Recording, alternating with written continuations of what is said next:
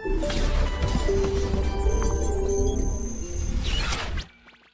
पहले बच्चों अब हम लोग देखेंगे नंबर ऑफ इमेजेस फाइंड करने का अल्टरनेटिव मेथड। तो जो पहले वाला मेथड था वो तो आपने 360 बाय थीटा से पढ़ा ही था, है ना। लेकिन अब इसके पास एक बहुत अच्छा तरीका जिसको हम लोग अल्टरनेटिव मेथड बोलते हैं। आइए जरा देखिए क्या होता है। ये मेरा M1 है प्यारे बच्चों, ये मेरा क्या है M2 और ये रहा ऑब्जेक्ट। ओके, अगर मान लीजिए यहाँ से ये ऑब्जेक्ट जो है ये एंगल अल्फा बनाता है और ये एंगल क्या बनाता है बीटा।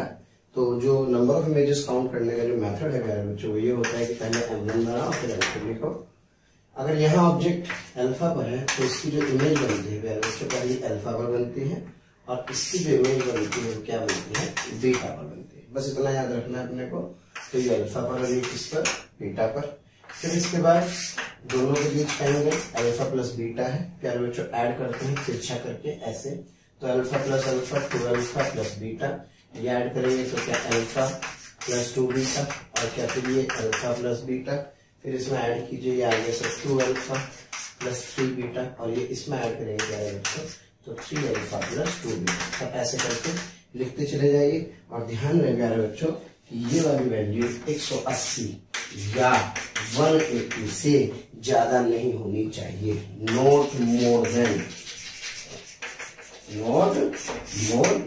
क्लियर है। अगर ये वाली वैल्यू इससे इसके बराबर या इससे ज्यादा आ जाएगी तो हम इसको काउंट नहीं करेंगे। बस बाकी का आसान सा है 1 2 3 4 5 6 ऐसे करके नंबर ऑफ इमेजेस क्या कर लेंगे काउंट कर लेंगे। अब एग्जांपल से समझाता हूँ ज्यादा बेहतर समझ में आएगा। मान लीजिए मैं आपसे कहूँ कि ये 2 मिरर है हमारे बच्चों और इसके बीच का एंगल हाँ जी ये है बेटे 32, ये है 40 डिग्री। ये रहा आपका ऑब्जेक्ट, ये मिरर M1 है और ये मिरर क्या है M2। मुझसे कह रहा है नंबर ऑफ इमेजेस कैलकुलेट कीजिए। तो नंबर ऑफ इमेजेस कैलकुलेट करने में ये M1 ये M2। M1 कितना बनाएगा 32 डिग्री तो पहली इमेज आ गई, दूसरी इमेज कहाँ पर आ गई 40 डिग्री पर। क्या बच्चों दोनों का सम क्या 72 डिग्री आ गया। हाँ जी ये कितना आ गया सर 2 2 4 ये आ गया 10। इधर इसको ऐड करेंगे तो कितना आया बेटे sir it is comes out to be yes 2 ये रहा और मेरे पास ये आ जाएगा हाँ जी 114 112 और फिर इसके बाद फिर ये कितना है 72 है तो बेटे कितना आ गया 2 2 ये आ गया 4 और ये मेरे पास आ गया 184। ओके और जब इसको ऐड करेंगे तो ये मेरे पास आ गया है 176। ओके क्या बेटे ये वाली वैल्यू क्या ग्रेटर देन 180 है तो इसको नेग्लेक्ट कर दो। काउंट करो नंबर सर 1 2 3 4 और 5 तो आंसर कितना है नंबर ऑफ इमेजेस इज 5। तो इस तरह से आप क्या कर सकते हैं नंबर ऑफ इमेजेस कैलकुलेट कर सकते हैं। अभी 2 सवाल में इसके और आपको करा दूंगा तो फिर आपको कभी दिक्कत नहीं आएगी। फ्रैक्शन होता है तो भी अप्लाई होता है और सबसे बड़ी बात याद ही नहीं रखना होता कि n-1 था n था अल्फा बराबर बीटा था बीटा बराबर नहीं था। सीधे सीधे आप इसे क्या करेंगे पहले बच्चों अप्लाई करेंगे। बस ध्यान रहे जैसे ये वाली वैल्यू 180 या 180 से ज्यादा आ जाएगी तो उसको क्या करेंगे काउंट नहीं करेंगे। फिर बच्चों क्वेश्चन आपको दिखाई दे रहा है इसमें ये क्या हूँ M1 कहूँ इसको M2 कहूँ।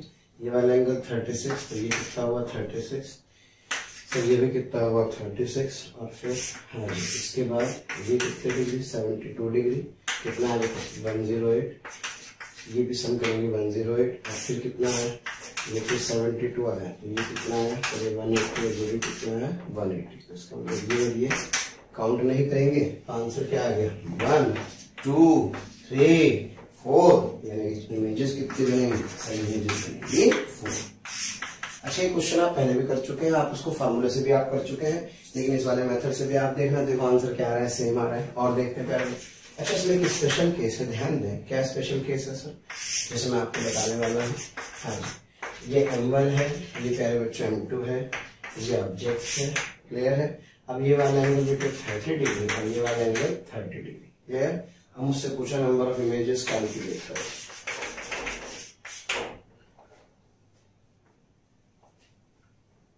अब देखो बेटा अगला सवाल M1 M2 इसके बीच के एंगल टोटल 60 डिग्री और ये कितना है 30 30। आपसे कह रहा है नंबर ऑफ इमेजेस क्या करो कैलकुलेट। यस M1 और M2 ये 30 पर है तो पहली इमेज 30 पर बनेगी, ये 30 पर है तो इमेज 30 पर बनेगी। हाँ फिर ये वाला एंगल कितना है 60, तो ये 90, ये कितना 90 और फिर भी आप ये 60, तो क्या ये 150 और ये 150। तो टोटल नंबर ऑफ इमेजेस कितनी हो गई 1 2 3 4 5 और 6। लेकिन एक बात का ध्यान रखें, इस 150 और 150 और बेटे 60 अगर इन तीनों का सम, अगर इन तीनों का सम, किन तीनों का सर 150 150 और प्लस 60 का सम बेटे 360 आ जाए, क्या आ जाए 360। तो इन दोनों को दो केस में कंसीडर करते हुए केवल एक ही इमेज कंसीडर करते हैं, क्योंकि बेटे दोनों इमेज क्या कर जाते हैं एक्चुअल में कोइंसाइड कर जाते हैं। तो जरा अब बताओ कितनी होगी टोटल, सर टोटल होगी 1 2 3 4 और इसकी 1, यानी टोटल नंबर ऑफ इमेजेस कितनी है, the total number of images is 5। तो इस तरह से मैं क्या कर सकता हूँ, number of images easily calculate कर सकता हूँ, चाहे फ्रैक्शन हो, चाहे कोई इंटीजर हो, चाहे इवन हो, चाहे कोई ऑड वैल्यू हो। ठीक है प्यारे बच्चों, आइए बढ़ते हैं आगे। तो प्यारे बच्चों इसमें सबसे ज्यादा सवाल पूछे जाते हैं, आइए फटाफट से देखें। ये ऑब्जेक्ट है और ये क्या है वीएम है, और आपसे जो इसका वीआई यानी कि इमेज है, इसकी वेलोसिटी आपसे पूछा है। अच्छा ये सभी जानते हैं कि जितने डिस्टेंस पर क्या होता है ऑब्जेक्ट मिरर से, उतने ही डिस्टेंस पर क्या बनती है इमेज, बस साइन क्या होता है इसका अपोजिट। तो जो वीएम होता है that VM is equals to VO plus VI by 2 होता है, और ये वेक्टर फॉर्मूला है जिसमें वैल्यू किसके साथ पुट करते हैं साइन के साथ। और ये जो वेलोसिटी जो दे रहा होगा वो ऑब्जर्वर होगा जो कहां पर खड़ा होगा, जो कि ग्राउंड पर खड़ा होगा। क्लियर है, आइए करते हैं सवाल, उससे समझते हैं प्यारे बच्चों। तो बेटे क्वेश्चन देखें फटाफट से इसके ऊपर। ये एक मिरर है, मिरर इधर जा रहा है 2 मीटर पर सेकंड से, ये ऑब्जेक्ट इधर जा रहा है 10 मीटर पर सेकंड से। आपसे पूछा है वी आई निकालो, वी आई ओ निकालो, यानी कि velocity of image with respect to observer निकालो, velocity of image with respect to mirror निकालो। बेटा सबसे पहला काम, एक डायरेक्शन पॉजिटिव तो दूसरे डायरेक्शन को क्या मानेंगे नेगेटिव। तो यहाँ से जो वी एम होगा, this V O is equals to +10, okay, this V M is equals to +2। तो फॉर्मूला क्या कहता है, तो वी एम बराबर 0 प्लस हाँ जी वी आई बाई 2। हाँ बेटे यहाँ से कितना आ गया, sir 2 is equals to 10 plus V I by 2, so this vi is equals to 4 minus 10, so क्या बच्चों आएगा -6 मीटर पर सेकंड। -6 मीटर पर सेकंड मतलब इधर की तरफ, मतलब इस डायरेक्शन में, यानी कि जो इमेज है वो इधर की तरफ जा रही है कितने से 6 मीटर पर सेकंड से। क्लियर है। अब मुझसे पूछ रहा है वी आई ओ निकालना है ना, velocity of image with respect to object. तो क्या करना है, हाँ रिलेटिव मोशन काइनेमेटिक्स जरूर देखें। वी आई माइनस वीओ से प्यारे बच्चों ये कितनी है सर, ये है -6 और वीओ कितना है बेटे, वीओ है sir +10, sir comes out to be -16 meter पर सेकंड। अब बात करते हैं प्यारे बच्चों वी आई एम की। वी आई एम निकालने के लिए क्या V I minus V M कर सकता हूँ, हाँ सर वी आई कितना है सर -6 और वी एम कितना है बेटे, वी एम है सर +2, तो यानी कि सर यह आ जाएगा +2, तो क्या -6 -2 से -8 मीटर पर सेकंड। ओके, तो मैं किसी की वेलोसिटी किसी के रिस्पेक्ट में भी क्या कर सकता हूँ, कैलकुलेट कर सकता हूँ। और प्यारे बच्चों सोचो, अगर मिरर क्या हो रेस्ट पर, यानी कि वीएम कितना हो 0, तो जो बचपन में आपने पढ़ा था क्या, तो क्या इसका मतलब वीओ बराबर माइनस वी आ जाएगा। यस सर, यानी कि अगर मिरर रेस्ट पर रहता है तो जिस स्पीड से चलता है ऑब्जेक्ट प्यारे बच्चों, उसी स्पीड से क्या चलती है इमेज, मूव करती है। क्लियर है। तो इस तरह से हम लोग क्या कर सकते हैं, ये वाले इस कंसेप्ट को अच्छे से समझ सकते हैं, साइन कन्वेंशन के साथ इसकी वैल्यू क्या कर सकते हैं, पुट कर सकते हैं। प्यारे बच्चों ये मिरर है जो वाई डायरेक्शन में जा रहा है, ये ऑब्जेक्ट है और ये क्या है इमेज। अब आपसे क्या पूछ रहा है, आपसे पूछ रहा है बताओ कि यहाँ इसमें क्या रिलेशन होगा। तो बेटे जो पैरेलल वेलोसिटीज होती है ये पैरेलल है ना, पैरेलल किसके parallel, VO parallel to the mirror, okay, is always equals to V I parallel to this mirror. और इसमें बेटे जो वीएम होता है इसका कोई रोल नहीं होता। तो जो फॉर्मूला आपने पढ़ा कौन से वाला, सर वीएम बराबर VO plus V I by 2। तो इसका मतलब बेटे इसमें ऐड कर लीजिए, तो आप क्या टर्म ऐड कर लें, परपेंडिकुलर। इसका मतलब ये जो वैलिड है ये कौन सी वैलिड, वेलोसिटी के लिए वैलिड है sir, it is valid only for perpendicular velocity. क्या प्यारे बच्चों क्लियर है। तो इसलिए जब आपको ऑब्जेक्ट दिया जाए तो उस ऑब्जेक्ट की वेलोसिटी के 2 टुकड़े करो, एक मिरर के पैरेलल करो जो रहेगी अनचेंज, एक लो मिरर के परपेंडिकुलर, जो मिरर के परपेंडिकुलर है उसमें बेटे वो ये वाला फॉर्मूला क्या कर दो, अप्लाई कर दो। धीरे धीरे प्रैक्टिस करते रहेंगे तो बहुत अच्छे से आपको समझ में आने लगेगा। आइए करते हैं इसके ऊपर एक सवाल। हाँ प्यारे बच्चों, ये ऑब्जेक्ट है 10√2 से इधर मुंह मार रहा है भाई, और ये वीएम है, ओके, जिसकी वेलोसिटी है 10 मीटर पर सेकंड से 37 डिग्री पर। प्यारे बच्चों आपसे क्या पूछ रहा है, वीआई की वैल्यू पूछ रहा है। कुछ नहीं करना, सबसे पहले इसके टुकड़े करो। इसका ये वाला टुकड़ा कितना आएगा, 10 मीटर पर सेकेंड। फिर इसका ये वाला टुकड़ा कितना आएगा, 10 मीटर पर सेकेंड। मिरर की वेलोसिटी 10 है, इधर की तरफ होगा 10 cos 37। 10 cos 37 मतलब 8 मीटर पर सेकेंड इधर, और इधर की तरफ कितना मीटर, 6 मीटर पर सेकेंड इधर। क्लियर है। हॉरिजॉन्टल सॉरी जो वेलोसिटी मिरर के पैरेलल होगी वो चेंज नहीं होगी। तो ये 10 है, तो इसका मतलब सर ये वाली तो कितनी आ गई, 10 ही आ गई, है ना, क्योंकि इस पर कोई फर्क नहीं पड़ता वेलोसिटी का। अब प्यारे बच्चों बात करते हैं इसकी। अब एक काम करें, ये वीओ है ना, कौन सा वाला, परपेंडिकुलर वाला। तो क्या VO perpendicular is equals to, हाँ ये डायरेक्शन पॉजिटिव है तो ये क्या है, नेगेटिव। ऊपर वाली डायरेक्शन पॉजिटिव है तो क्या नीचे वाली क्या है, नेगेटिव। तो जो वीओ परपेंडिकुलर है वो कितना है, 10। 10 मतलब प्लस 10। फिर आप लिखे वीएम में ये वाला नहीं बल्कि ये वाला यूज करेंगे, तो ये होगा कितना, -8। बस हो गया काम। यहाँ से मुझे क्या निकालना है, वी आई। तो क्या लिख सकता हूँ sir, that V M is equals to V I plus, हाँ जी, वीओ बाई 2 से सॉल्व कर सकता हूँ, -8, हाँ जी, 10 plus V I divided by 2 -16 is equals to +10 plus V I, तो that V I is equals to -26 metre पर सेकेंड, यानी कि इस डायरेक्शन में। ओके, तो सर इसका मतलब ये कितना आ गया, सर ये आ गया 26 मीटर पर second. So what is the velocity of image, so this image is equals to -26 I cap, okay, plus 10 J cap. Clear है। तो जो उसका मैग्नीट्यूड होगा प्यारे बच्चों, is this be under the root of 26 square plus 10 का square. तो इससे मेरा क्या आ जाएगा, आंसर आ जाएगा। क्लियर है। आइए बढ़ते हैं आगे। हाँ प्यारे बच्चों, ये वीएम है, वेलोसिटी ऑफ मिरर, ये है वीओ। आईजे के फॉर्म में दिया है, तो जब भी आईजे के फॉर्म में दिया हो तो ध्यान रखना है अपने को कि हमें वो वेलोसिटी ढूंढनी है जो मिरर के कौन से वाली है, परपेंडिकुलर डायरेक्शन में। ओके, तो हमें मिरर का प्लेन पता होना चाहिए और ये भी पता होना चाहिए कि मिरर के परपेंडिकुलर कौन सी डायरेक्शन एक्चुअल में आने वाली है। तो जैसे इस क्वेश्चन प्यारे बच्चों ध्यान से देखो, वैसे तो ये 4i cap plus 5j cap plus 8k का आपको दे रखा है, वीओ भी दे रखा है।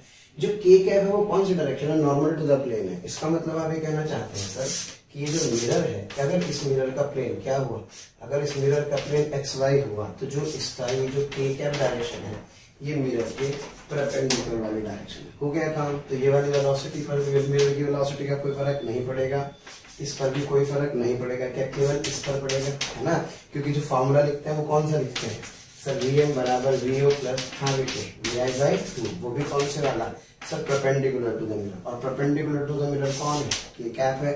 तो प्यारे बच्चों जब मैं क्या लिखूंगा, वी आई लिखूंगा। तो वी आई में सबसे पहला काम ये, और ये तो चेंज नहीं होगी ऑब्जेक्ट वाले में, यानी कि ये तो यही रहेगी, यानी कि 3i cap plus 4j cap as it is, केवल ये वाला कंपोनेंट चेंज हो जाएगा। अब इस वाले कंपोनेंट के लिए क्या करना है अपने को, हाँ बेटे, वीएम में ये वाला चूज करो केवल, so that VM is equals to +8। और बात करें किसकी, वीओ की, दैट वीओ इज 5, यानी कि दैट वीओ इज +5। क्लियर है प्यारे बच्चों।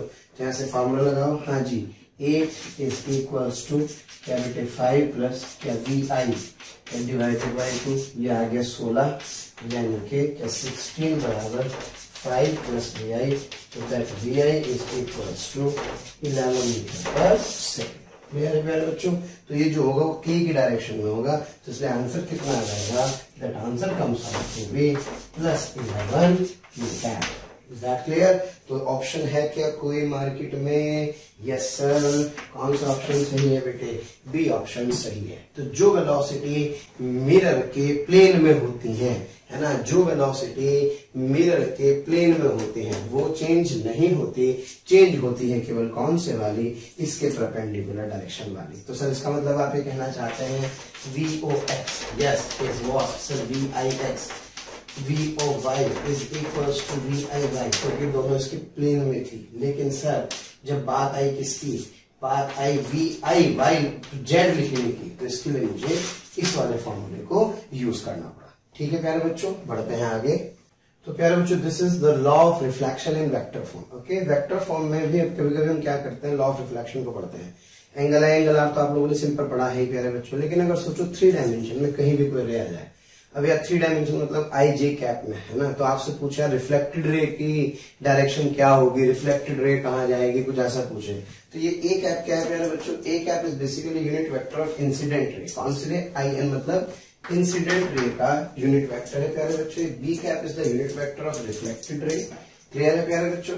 और एन कैप क्या है प्यारे बच्चों, नॉर्मल का यूनिट वेक्टर है। वेक्टर मतलब यूनिट वेक्टर मतलब वैल्यू क्या है 1, ये केवल क्या देती है डायरेक्शन। अच्छा फॉर्मूला क्या है, B cap is equal to A cap minus two A, ये डॉट प्रोडक्ट है A dot N into N.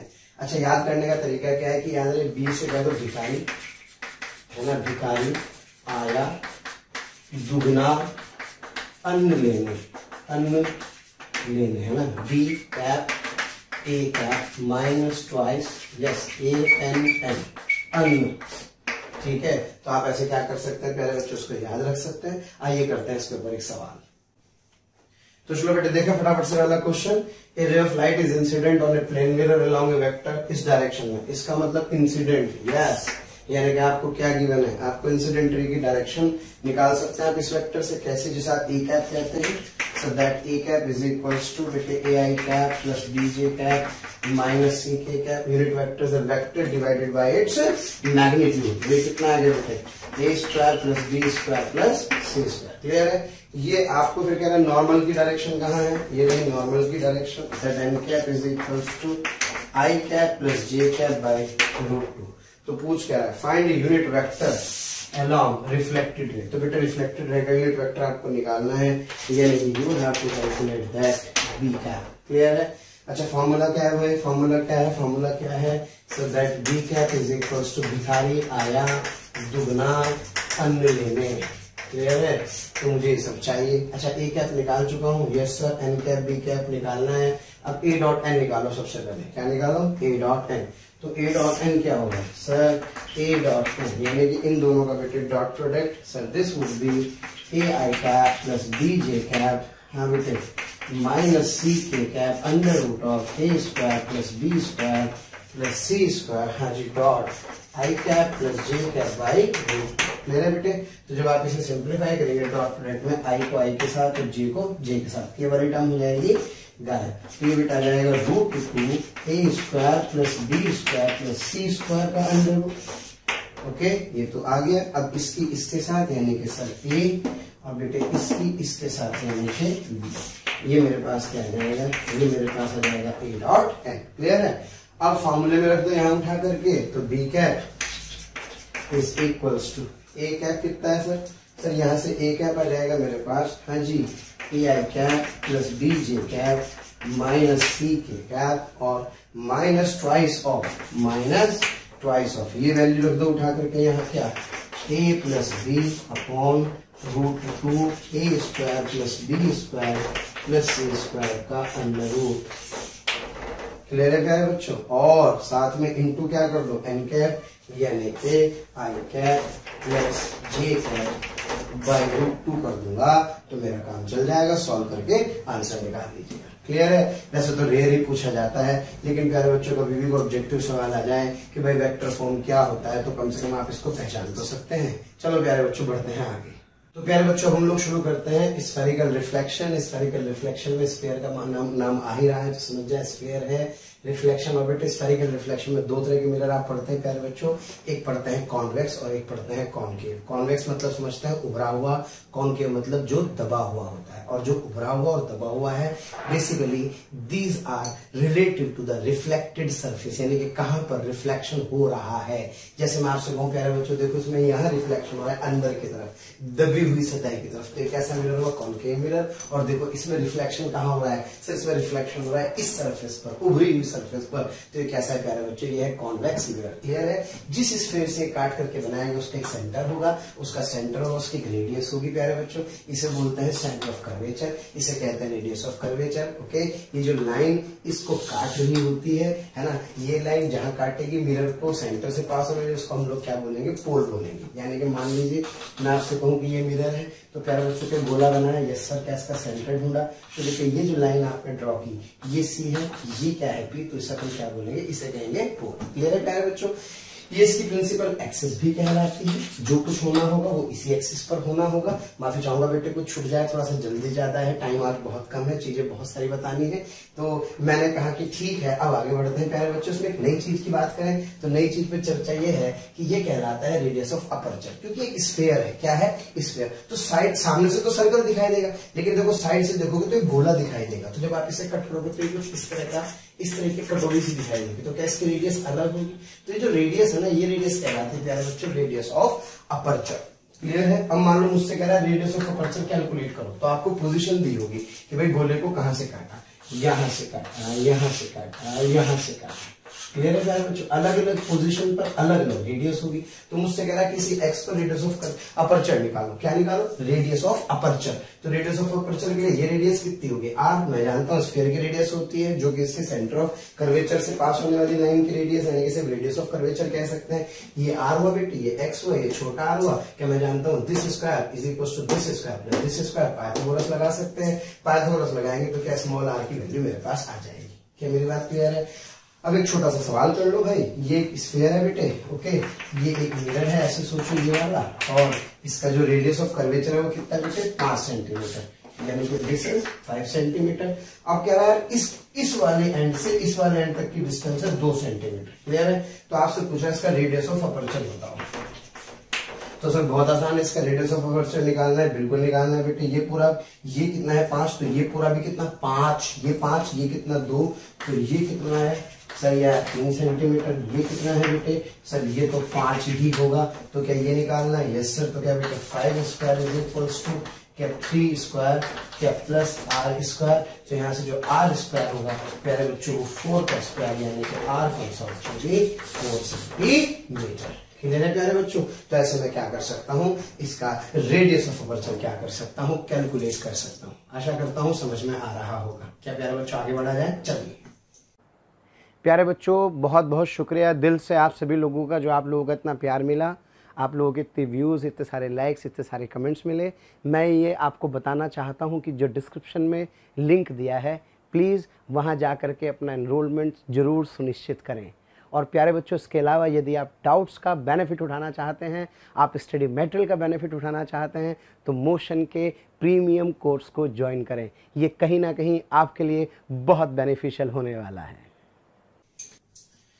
तो प्यारे बच्चों अब हम लोग बात कर रहे हैं पैराएक्सियल मार्जिनल रेज। आपको लग रहा होगा सर थोड़ा सा बोर कर रहे हैं, बिल्कुल बोर कर रहा हूं मैं आप लोगों को, लेकिन प्यारे बच्चों अगर इसका फंडामेंटल समझ में आ जाएगा तो विश्वास कीजिए पहली बार में सवाल समझ में आएगा और डाउट हो जाएंगे आपके zero. Are you getting my point? तो थोड़ा सा बस यहाँ समय और देते हैं, फटाफट से समझाता हूँ प्यारे बच्चों। ये आप देख रहे हैं क्या है? एक स्फेरिकल मिरर है। क्या है प्यारे बच्चों? Spherical mirror. ओके, देखो बेटे ये इसकी कौन सी एक्सिस है? सर ये कहलाएगी इसकी प्रिंसिपल एक्सिस। बेटे ये जो रेज एक्सिस के पास है, एक्सिस के पास वाली रेज को पैराएक्सियल बोलते हैं। क्या बोलते हैं? पैराएक्सियल। और जो रेज एक्सिस के दूर होते हैं उनको क्या बोलते हैं? These are termed as marginal rays. Clear है प्यारे बच्चों? तो पहली बात तो इस बात को अच्छे से समझें। यहाँ पे दो तरह की रेज का ध्यान रखना है, एक पैराएक्सियल और एक कौन सी? मार्जिनल। पैराएक्सियल वो जो एक्सिस के पास, और मार्जिनल वो जो एक्सिस से दूर। अब यहाँ से समझते हैं प्यारे बच्चों, मैंने एक आर्बिट्ररी कोई भी पैरेलल ले लेनी जो प्रिंसिपल एक्सिस के पैरेलल है। ये आई यहाँ आकर के टकराई प्यारे बच्चों। सबसे खास बात क्या है सर? सबसे खास बात इंसिडेंट रे यहाँ पर है। सर ने बताया था normal always pass through the centre. ये तो खास बात होती है स्फेरिकल मिरर की कि नॉर्मल हमेशा कहाँ से पास करता है? सेंटर से पास करता है। मान लो मैं आपसे कहूँ कि भाई यहाँ पे रे आके टकराई, तो नॉर्मल के लिए क्या करो? गोला बनाओ, सेंटर ढूंढो। तो क्या ये नॉर्मल बना दिया? नॉर्मल पता लग गया, आई पता लग गया, तो आर बता सकता हूँ। क्लियर है? तो जरा सोचो, ये आ गई इंसिडेंट। क्लियर है? ये है बेटे नॉर्मल। नॉर्मल कहाँ से पास होगा? सेंटर से पास होगा। तो ये थीटा है, तो ये वाला एंगल भी कितना होगा? थीटा। तो प्यारे बच्चों पैरेलल रे इस पॉइंट पर काट रही है। डेरिवेशन की तरफ नहीं जाना, टाइम अपने पास नहीं है। तो मैं आपसे कहना चाह रहा हूं कि पैरेलल रे जिस पॉइंट पर काटती है, पैरेलल रे जिस पॉइंट पर काटती है प्यारे बच्चों, उस पॉइंट को क्या कहते हैं? ये पोजीशन एक्चुअल में एक्स कहलाती है। क्या कहलाती है? एक्स कहलाती है। अब ध्यान से सुनने वाली बात क्या है प्यारे बच्चों? ये क्या है सर? ये पूरा का पूरा आर है, इसको मैं क्या कह रहा हूँ? एक्स कह रहा हूँ। एक्स वो डिस्टेंस है कहां से?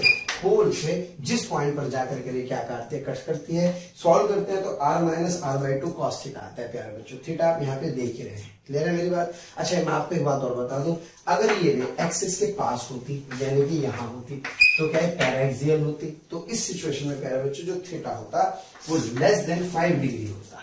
और अगर ये वाली रे थोड़ी सी एक्सिस के दूर होती तो क्या है मार्जिनल होती तो थीटा की वैल्यू ज्यादा होती। क्या प्यारे बच्चों मेरी बात क्लियर है? अब यहाँ पे एक काम करते हैं, अगर थीटा की वैल्यू छोटी हो जाए यानी कि थीटा इज स्मॉल, सब जानते हैं cos थीटा को क्या लिख सकता हूँ सर 1 लिख सकता हूँ, है ना, स्मॉल एंगल अप्रोक्सीमेशन से। और अगर cos थीटा 1 हुआ प्यारे बच्चों तो r माइनस r/2, तो सॉल्व करके क्या r/2 आ जाता है। इसी को फोकस कहते हैं, यानी कि फोकस की डेफिनेशन एक्चुअल में छोटा थीटा मतलब पैरा एक्सियल रेज के लिए होता है। यानी कि प्यारे बच्चों डेफिनेशन ये कहती है कि paraxial rays principal axis को रिफ्लेक्शन के बाद जिस पॉइंट पर काटते हैं उसी को क्या कहते हैं, एक्चुअल में फोकस कहते हैं। Are you getting my point? तो फोकस की डेफिनेशन ये है। और ये भी तब वैलिड है जब थीटा क्या है प्यारे बच्चों छोटा। सोचो अगर थीटा बड़ा होगा तो हर थीटा के लिए एक्स की वैल्यू क्या होगी, अलग अलग, यानी कि ये रेस कहीं और काटेंगी, ये रेस कहीं और काटेंगी। इसका मतलब इनके जो काटने वाले पॉइंट है ऑब्वियस है ये अलग अलग डिस्टेंस पर होंगे। क्या मेरी बात क्लियर है प्यारे बच्चों?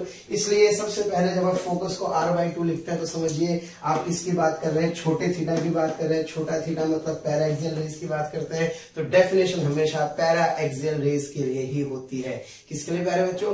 पैरा एक्सियल रेज के लिए। तो इसलिए फोकस की डेफिनेशन क्या है, all parallel rays parallel to the principal axis but for small theta is paraxial rays and after reflection they meet at a point. तो उस पॉइंट को हम क्या कहते हैं प्यारे बच्चों? फोकस कहते हैं। यानी कि एक्स की वैल्यू को f यानी कि r/2 होने के लिए प्यारे बच्चों थीटा क्या होना चाहिए, थीटा की वैल्यू स्मॉल होनी चाहिए। क्या सबको क्लियर है? आइए बढ़ते हैं आगे।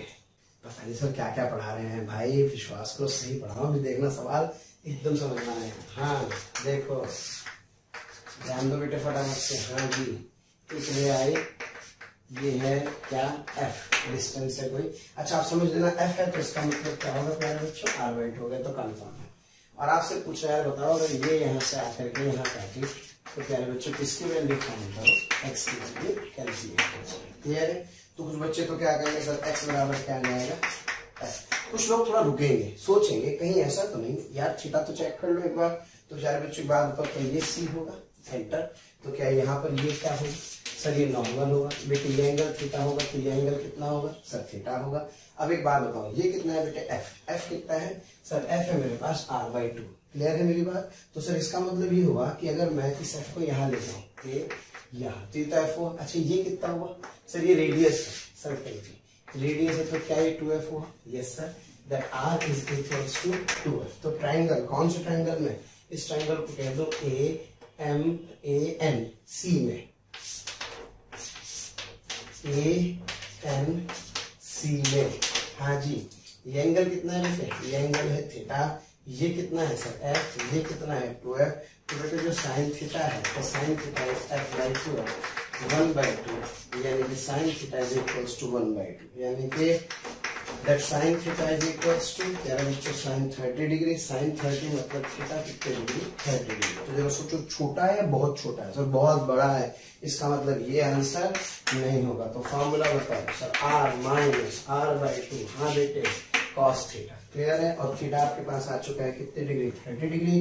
तो यहाँ से जो x होगा प्यारे बच्चों वो x माइनस r/2 cos 30, यानी कि r माइनस r/2 √3/2 से r कॉमन ले लिया क्या 1 माइनस 1/√3 आ जाएगा। क्या प्यारे बच्चों मेरी बात क्लियर है? तो चेक जरूर करें कि थीटा छोटा है अथवा नहीं। अगर थीटा छोटा है, if theta is small only then f is equals to what r/2।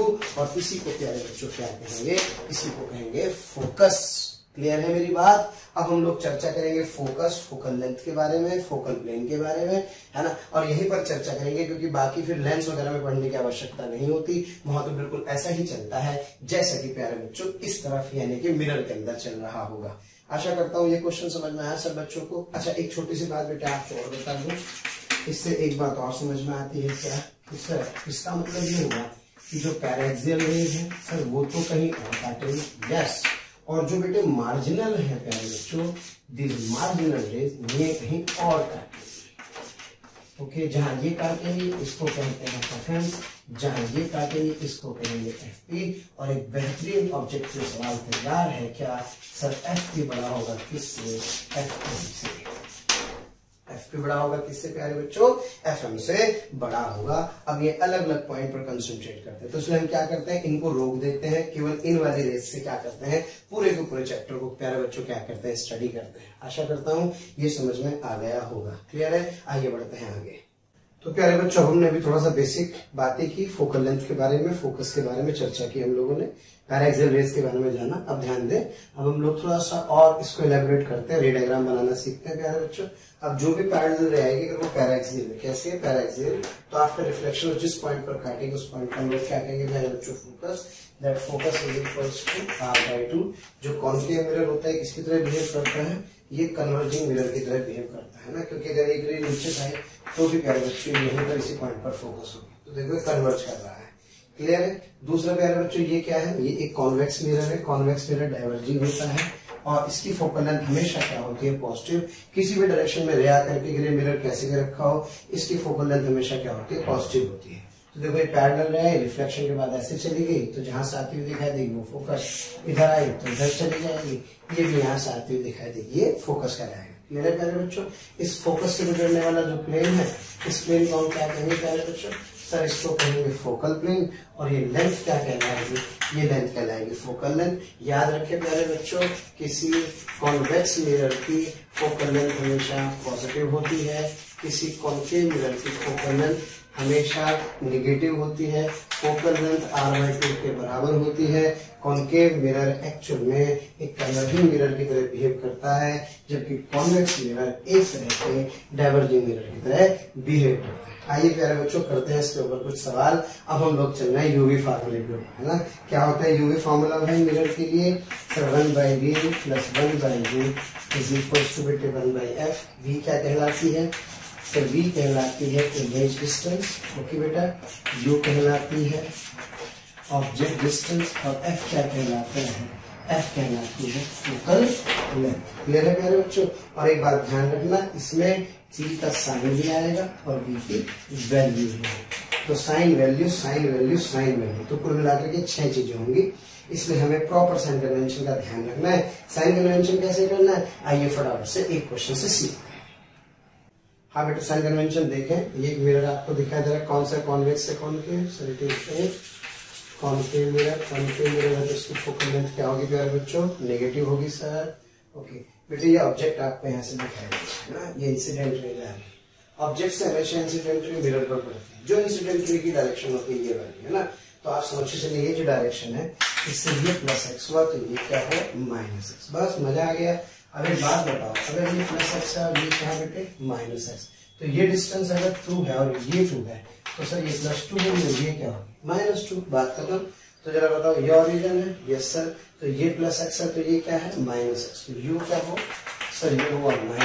बेटा अगर ये इमेज होती तो क्या ये इधर है, यस सर, तो v क्या होगा -v। और कॉन्केव मिरर है तो इसकी फोकल लेंथ क्या होगी, इसकी फोकल लेंथ नेगेटिव। मैं आपसे कहूँ कि यार एक काम करते हैं, ये एक कॉन्वेक्स मिरर है, ओके प्यारे बच्चों। यहाँ रखा है ऑब्जेक्ट, और इस ऑब्जेक्ट की जो इमेज है वो माना यहाँ पे बन रही है, ओके। ये नहीं माना इसकी इमेज यहाँ बन रही है, तो सबसे पहला काम क्या होगा सर, पोल से लेकर के ऑब्जेक्ट डिस्टेंस क्या कहलाता है, सर u कहलाता है। पोल से लेकर इमेज डिस्टेंस क्या कहलाता है, सर v कहलाता है। बेटे इंसिडेंट रे की डायरेक्शन ये हुई तो चाहिए +1, ये क्या हुआ माइनस, तो सर ये अगर ओरिजिन है तो देखिए ये +x हुआ तो ये क्या हुआ -x। अब बताओ ये क्या हुआ, sir that u is negative. बेटे what about this v, sir this v is positive, and what about the focal length, sir it is a convex mirror and focal length of the convex mirror is always positive। और बेटे रे किधर भी जाए कोई फर्क नहीं पड़ रहा है, अपने को तो सीधे सीधे साइन कन्वेंशन पता लग जाए तो अपना काम हो जाए। आइए करते हैं कुछ सवाल। तो आइए बच्चों को देखते हैं क्वेश्चन फटाफट से। ये ऑब्जेक्ट है, ये फोकस, इसकी फोकल लेंथ गिवन है ना। अब ये मिरर कैसा मिरर है सर, ये तो है एक कॉन्केव मिरर। कॉन्केव मिरर की फोकल लेंथ कितनी है -20। ये क्या है मेरे पास u, ये 60 है। ऑब्जेक्ट से मैं चले कहा जाकर के मिरर पर, तो ये सब ये वाला क्या हुआ सर +x हुआ, ये क्या हुआ -x। तो बेटे u कितना हुआ सर, u आ गया मेरे पास -60। क्या बेटे मुझसे पोजीशन ऑफ इमेज पूछ रहा है, यस सर। तो बेटे v की वैल्यू कैलकुलेट करनी है। क्लियर है। फॉर्मूला मेरे पास क्या है, 1/f is equals to 1/v + 1/u। यहाँ से 1/v is equals to 1/f - 1/u। So that 1/v is equals to -1/20 क्योंकि नेगेटिव है, ओके है ना, यानी कि 1/-20 माइनस बेटे u की वैल्यू कितनी है -60, ओके ये आ गया मेरे पास कितने, और ये आ गया बेटे क्या प्लस 60 ये रहा, क्या ये आ गया मेरे पास -3 + 1 क्या -2/60 -1/30, तो जो बेटे v होगा इस v की वैल्यू लग गई -30 सेंटीमीटर। अब देखो यार ये जो तरीका था ये पुराना ओल्ड मेथड है ना, अब इससे करोगे तो बहुत टाइम खराब हो जाएगा क्योंकि फिर इसमें अपोन करना पड़ता है, एलसीएम देना पड़ता है। आप तो डायरेक्ट एक काम करो ना यार, यहाँ से बेटे एक फॉर्मूला लिखो, क्या इसको जनरलाइज कर लो, क्या जैसे 1/d इज इक्वल्स टू क्या होगा सर 1/f - 1/u होगा, तो बेटे यहाँ से जो 1/v होगा क्या वो fu और ये के u - f हो जाएगा, तो जो v होगा वो fu अपॉन u - f, बस सीधे सीधे इसको याद रखो, यहाँ वैल्यू रखो साइन के साथ, तो that v is equals to f कितना था बेटे सर f था -20, u कितना था सर -60 अपॉन हाँ बेटे -60 + 20 माइनस माइनस प्लस हो जाएगा, तो क्या v comes out to be yes 1200 upon हाँ जी कितना आ गया कितना, यहाँ से क्या डायरेक्ट -30 सेंटीमीटर आंसर। तो बेटा याद रखेंगे v का फॉर्मूला हम सीधे सीधे यही यूज करेंगे, f तो और बढ़िया है, f तो क्या हो गया uv अपॉन बेटे u + v हो जाएगा, और जब मुझे क्या निकालना होगा यहाँ से मुझे u निकालना होगा, तो u के लिए बिल्कुल सेम सिचुएशन है, तो u is equals to fv upon v - f, clear है।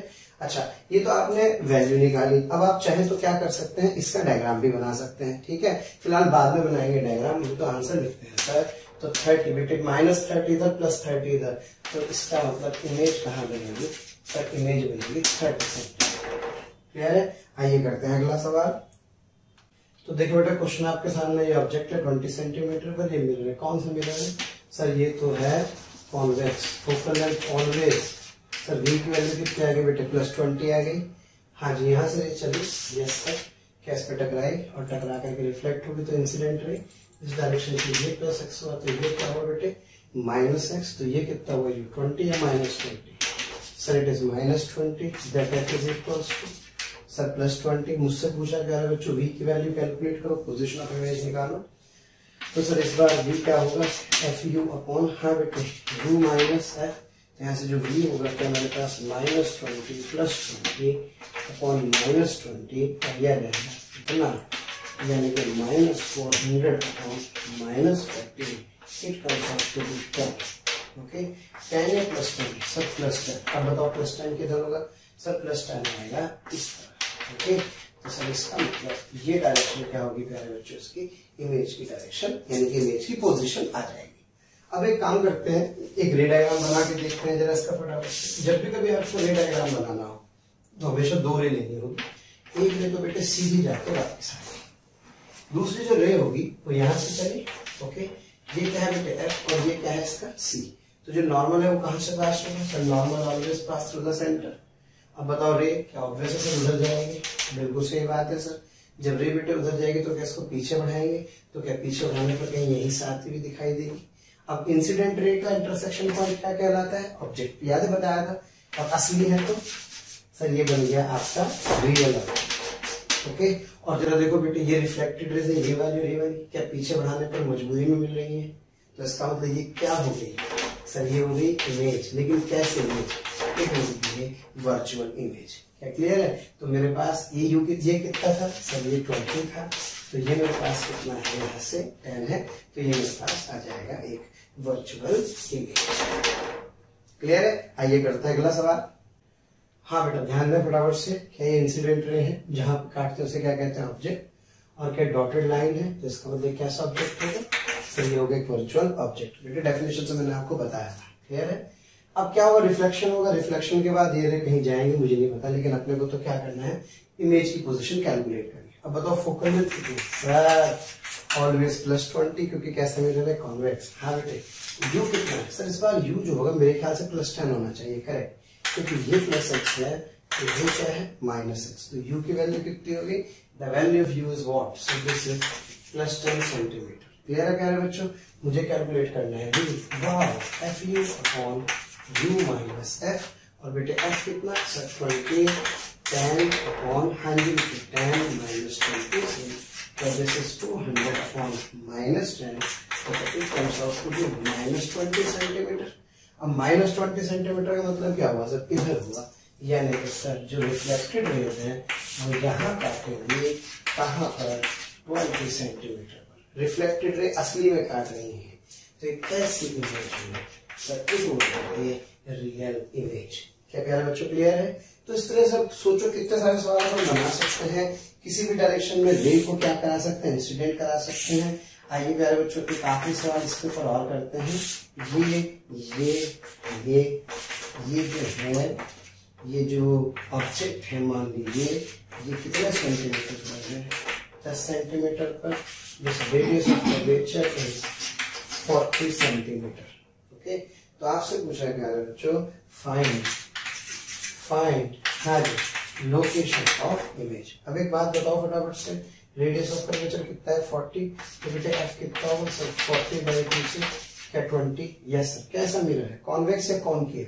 सर कॉनकेव है, कॉनकेव है तो फोकल लेंथ क्या होगा निगेटिव। अब देखो बेटे इंसिडेंट रेज, कैसी रेज, इंसिडेंट रेज अगर आप ध्यान से देखें तो ये इंसिडेंट रेज यहाँ काटती, अगर ये ना होता तो ये कैसा ऑब्जेक्ट सर, ये वर्चुअल ऑब्जेक्ट। अच्छा बेटे रे इधर है तो इस बार ये क्या हुआ प्लस एक्स, तो ये क्या हुआ माइनस एक्स, तो ये क्या हुआ u प्लस 10 या minus 10, sir u is equals two plus 10, बेटा f कितना माइनस 20, तो क्या सॉल्व करके v की वैल्यू बेटे F you upon u minus x से निकाल सकता हूँ। ओके, तो इस तरह से मुझे कभी भी इमेज की पोजीशन अगर मुझसे पूछ ले तो मुझे इमेज की पोजीशन कैलकुलेट करनी आनी चाहिए। आइए मेरे बच्चों बढ़ते हैं मैग्निफिकेशन की तरफ।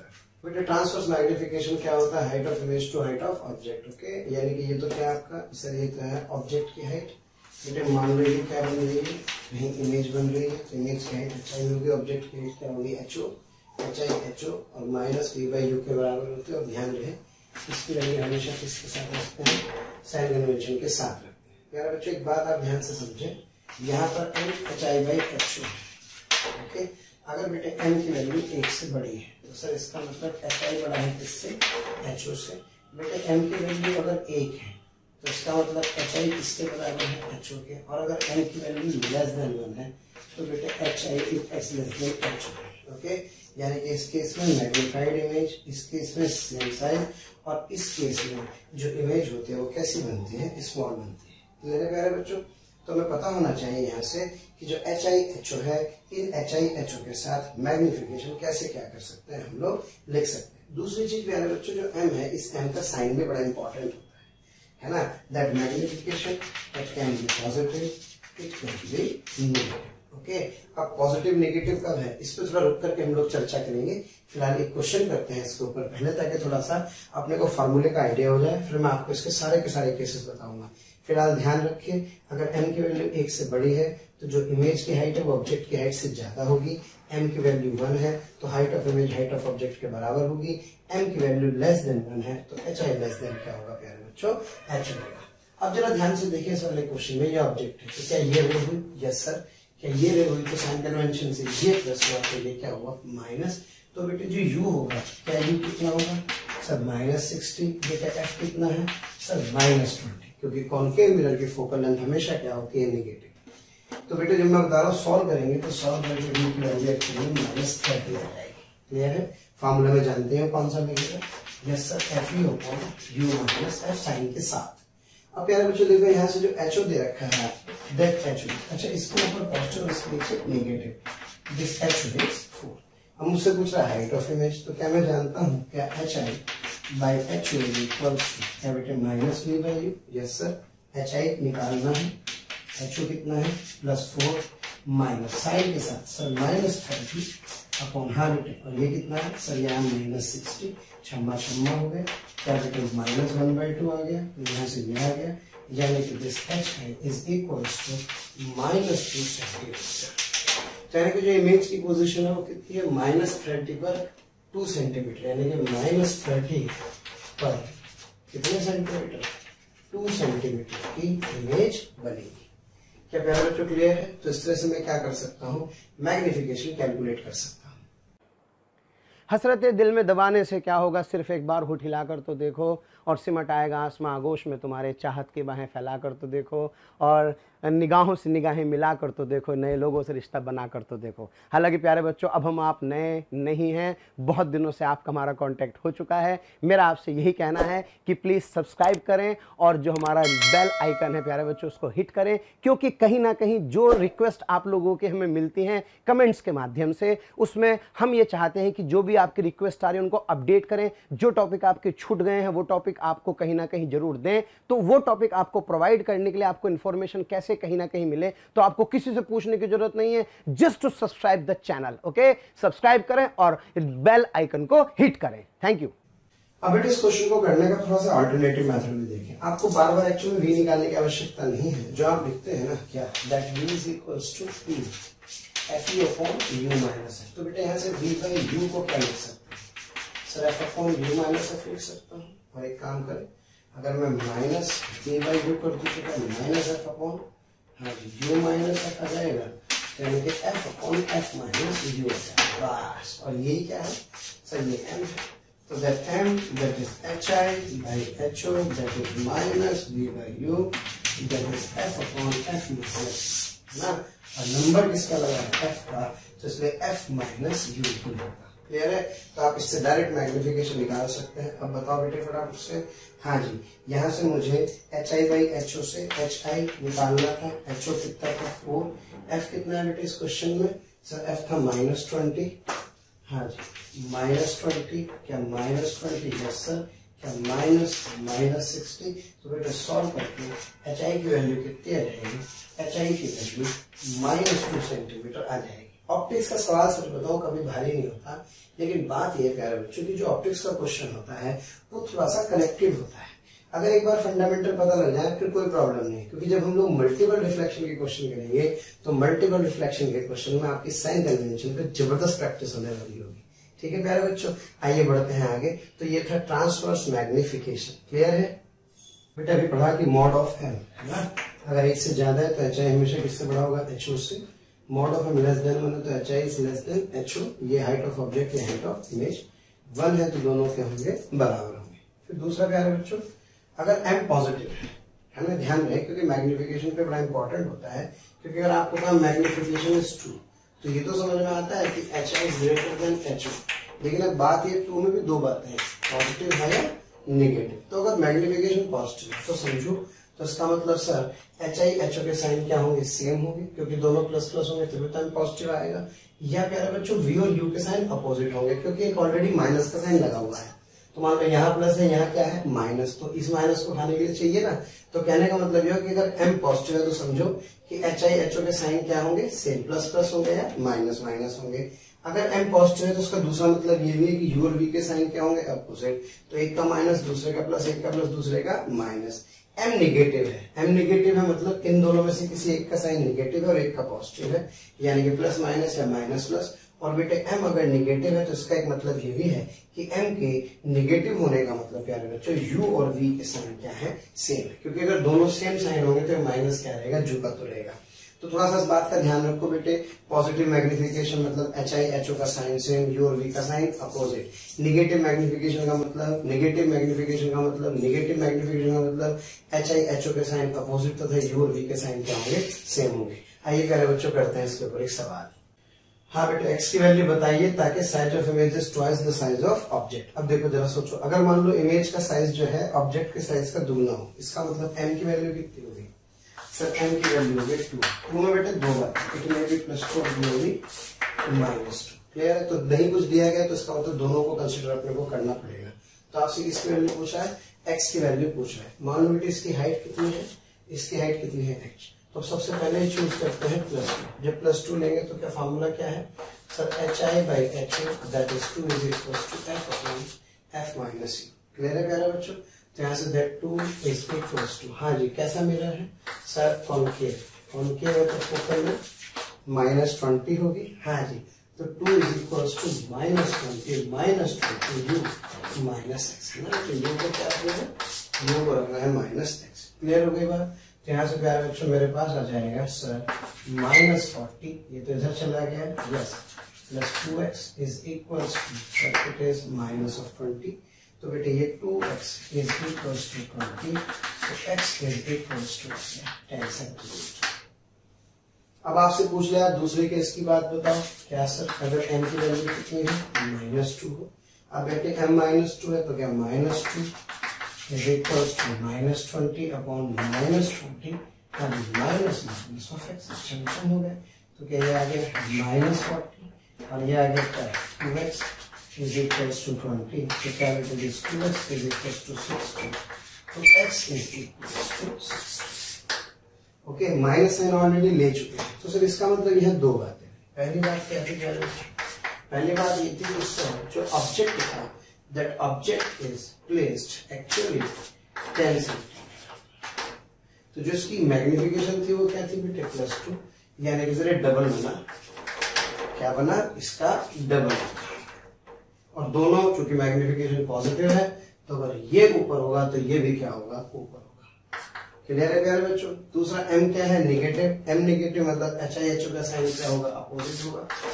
तो ऑब्जेक्ट कहाँ रखा है सर, इस बार ऑब्जेक्ट रखा होगा 30 सेंटीमीटर। कितने पर, हंसी आ रही मेरे चेहरे पर, सवाल बताने वाला हूँ, बहुत बढ़िया। 30 सेंटीमीटर पर रखा होगा तो भी सर इसकी इमेज इसकी डबल बनेगी। क्या बनेगी, डबल ही बनेगी। लेकिन सर इस बार HI का साइन क्या होगा, उल्टा होगा, क्योंकि m क्या है नेगेटिव। तो क्वेश्चन ये कह रहा है कि उन दो पोजीशन का डिफरेंस बताओ, इन दो पोजीशन का, पोजीशन 1 और पोजीशन 2, जिन पर ऑब्जेक्ट को रखने पर इसकी इमेज दुगनी बनती है। तो सर इसका मतलब ये वाला कितना था 10 और ये कितना था सर, ये था 30।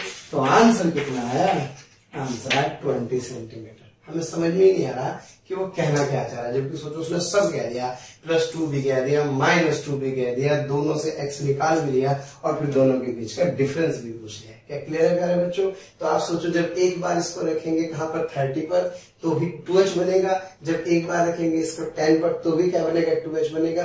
तो इन दोनों पोजीशन का डिफरेंस क्या है सर, इन दोनों पोजीशन का डिफरेंस है सर, ये है 10 और ये है प्यारे बच्चों 30। तो ये डिफरेंस कितना रहेगा sir, this difference comes out to be 30, sorry this difference comes out to be 20। आशा करता हूँ प्यारे बच्चों समझ में आया होगा। एक सवाल और करते हैं इसके ऊपर। हाँ बेटे इस क्वेश्चन में देखें फटाफट, इस क्वेश्चन में m कितना गिवन है, m इज +-3 है ना, क्योंकि आपको क्वेश्चन में क्या दिया है, that height of image is 3 times the height of object. Clear है प्यारे बच्चों। सबसे पहला काम, यस कैसा मिरर है, कॉनकेव, तो फोकल लेंथ क्या होगी सर, -10 होगी। मैग्निफिकेशन सर f-u, हाँ बेटे u की वैल्यू क्या रखो सर, -x रख देंगे, तो that m is equals to f/, ये तो सर f+x आ जाएगा। f की वैल्यू कितनी सर, -10 अपॉन -10+x आ जाएगा। अब इसके बाद m कितना है प्यारे बच्चों, यहाँ पे 3 टाइम्स, तो एक बार m की वैल्यू क्या रख +3 और एक बार m की वैल्यू क्या रख दो -3, तो दैट 3 इज इक्वल्स टू, हाँ जी -10 अपॉन -10+x। यहाँ से सॉल्व करते हैं, एक x आ जाएगा और एक -3 इज इक्वल्स टू -10 अपॉन -10 से पास दूसरा x आ जाएगा। क्लियर है, बढ़ते हैं आगे। तो प्यारे बच्चों हम लोग देखते हैं इमेज फॉर्मेशन। वैसे तो हम लोग बचपन से पढ़ते आ रहे हैं, फिर भी एक बार रिवाइज करा देता हूँ और एक आपको इसकी बहुत अच्छी सी टेक्निक बताऊंगा। और चूंकि 3 से 4 बार ये बार पढ़ेंगे, फिर लेंसों के लिए भी पढ़ेंगे, तो आपको धीरे धीरे इसकी और प्रैक्टिस हो जाएगी। प्यारे बच्चों इमेज फॉर्मेशन का रूल नंबर 1, पैरेलल रे हमेशा कहां से होके जाती है, फोकस से होके जाती है। दूसरा, जो भी रे पोल पर आकर के गिरेगी, थीटा एंगल पर आएगी तो थीटा पर चली जाएगी। और तीसरी प्यारे बच्चों सेंटर ऑफ कर्वेचर किसी में पड़ेगी, सीधे अपने पाथ को क्या करेगी, रिट्रेस करेगी।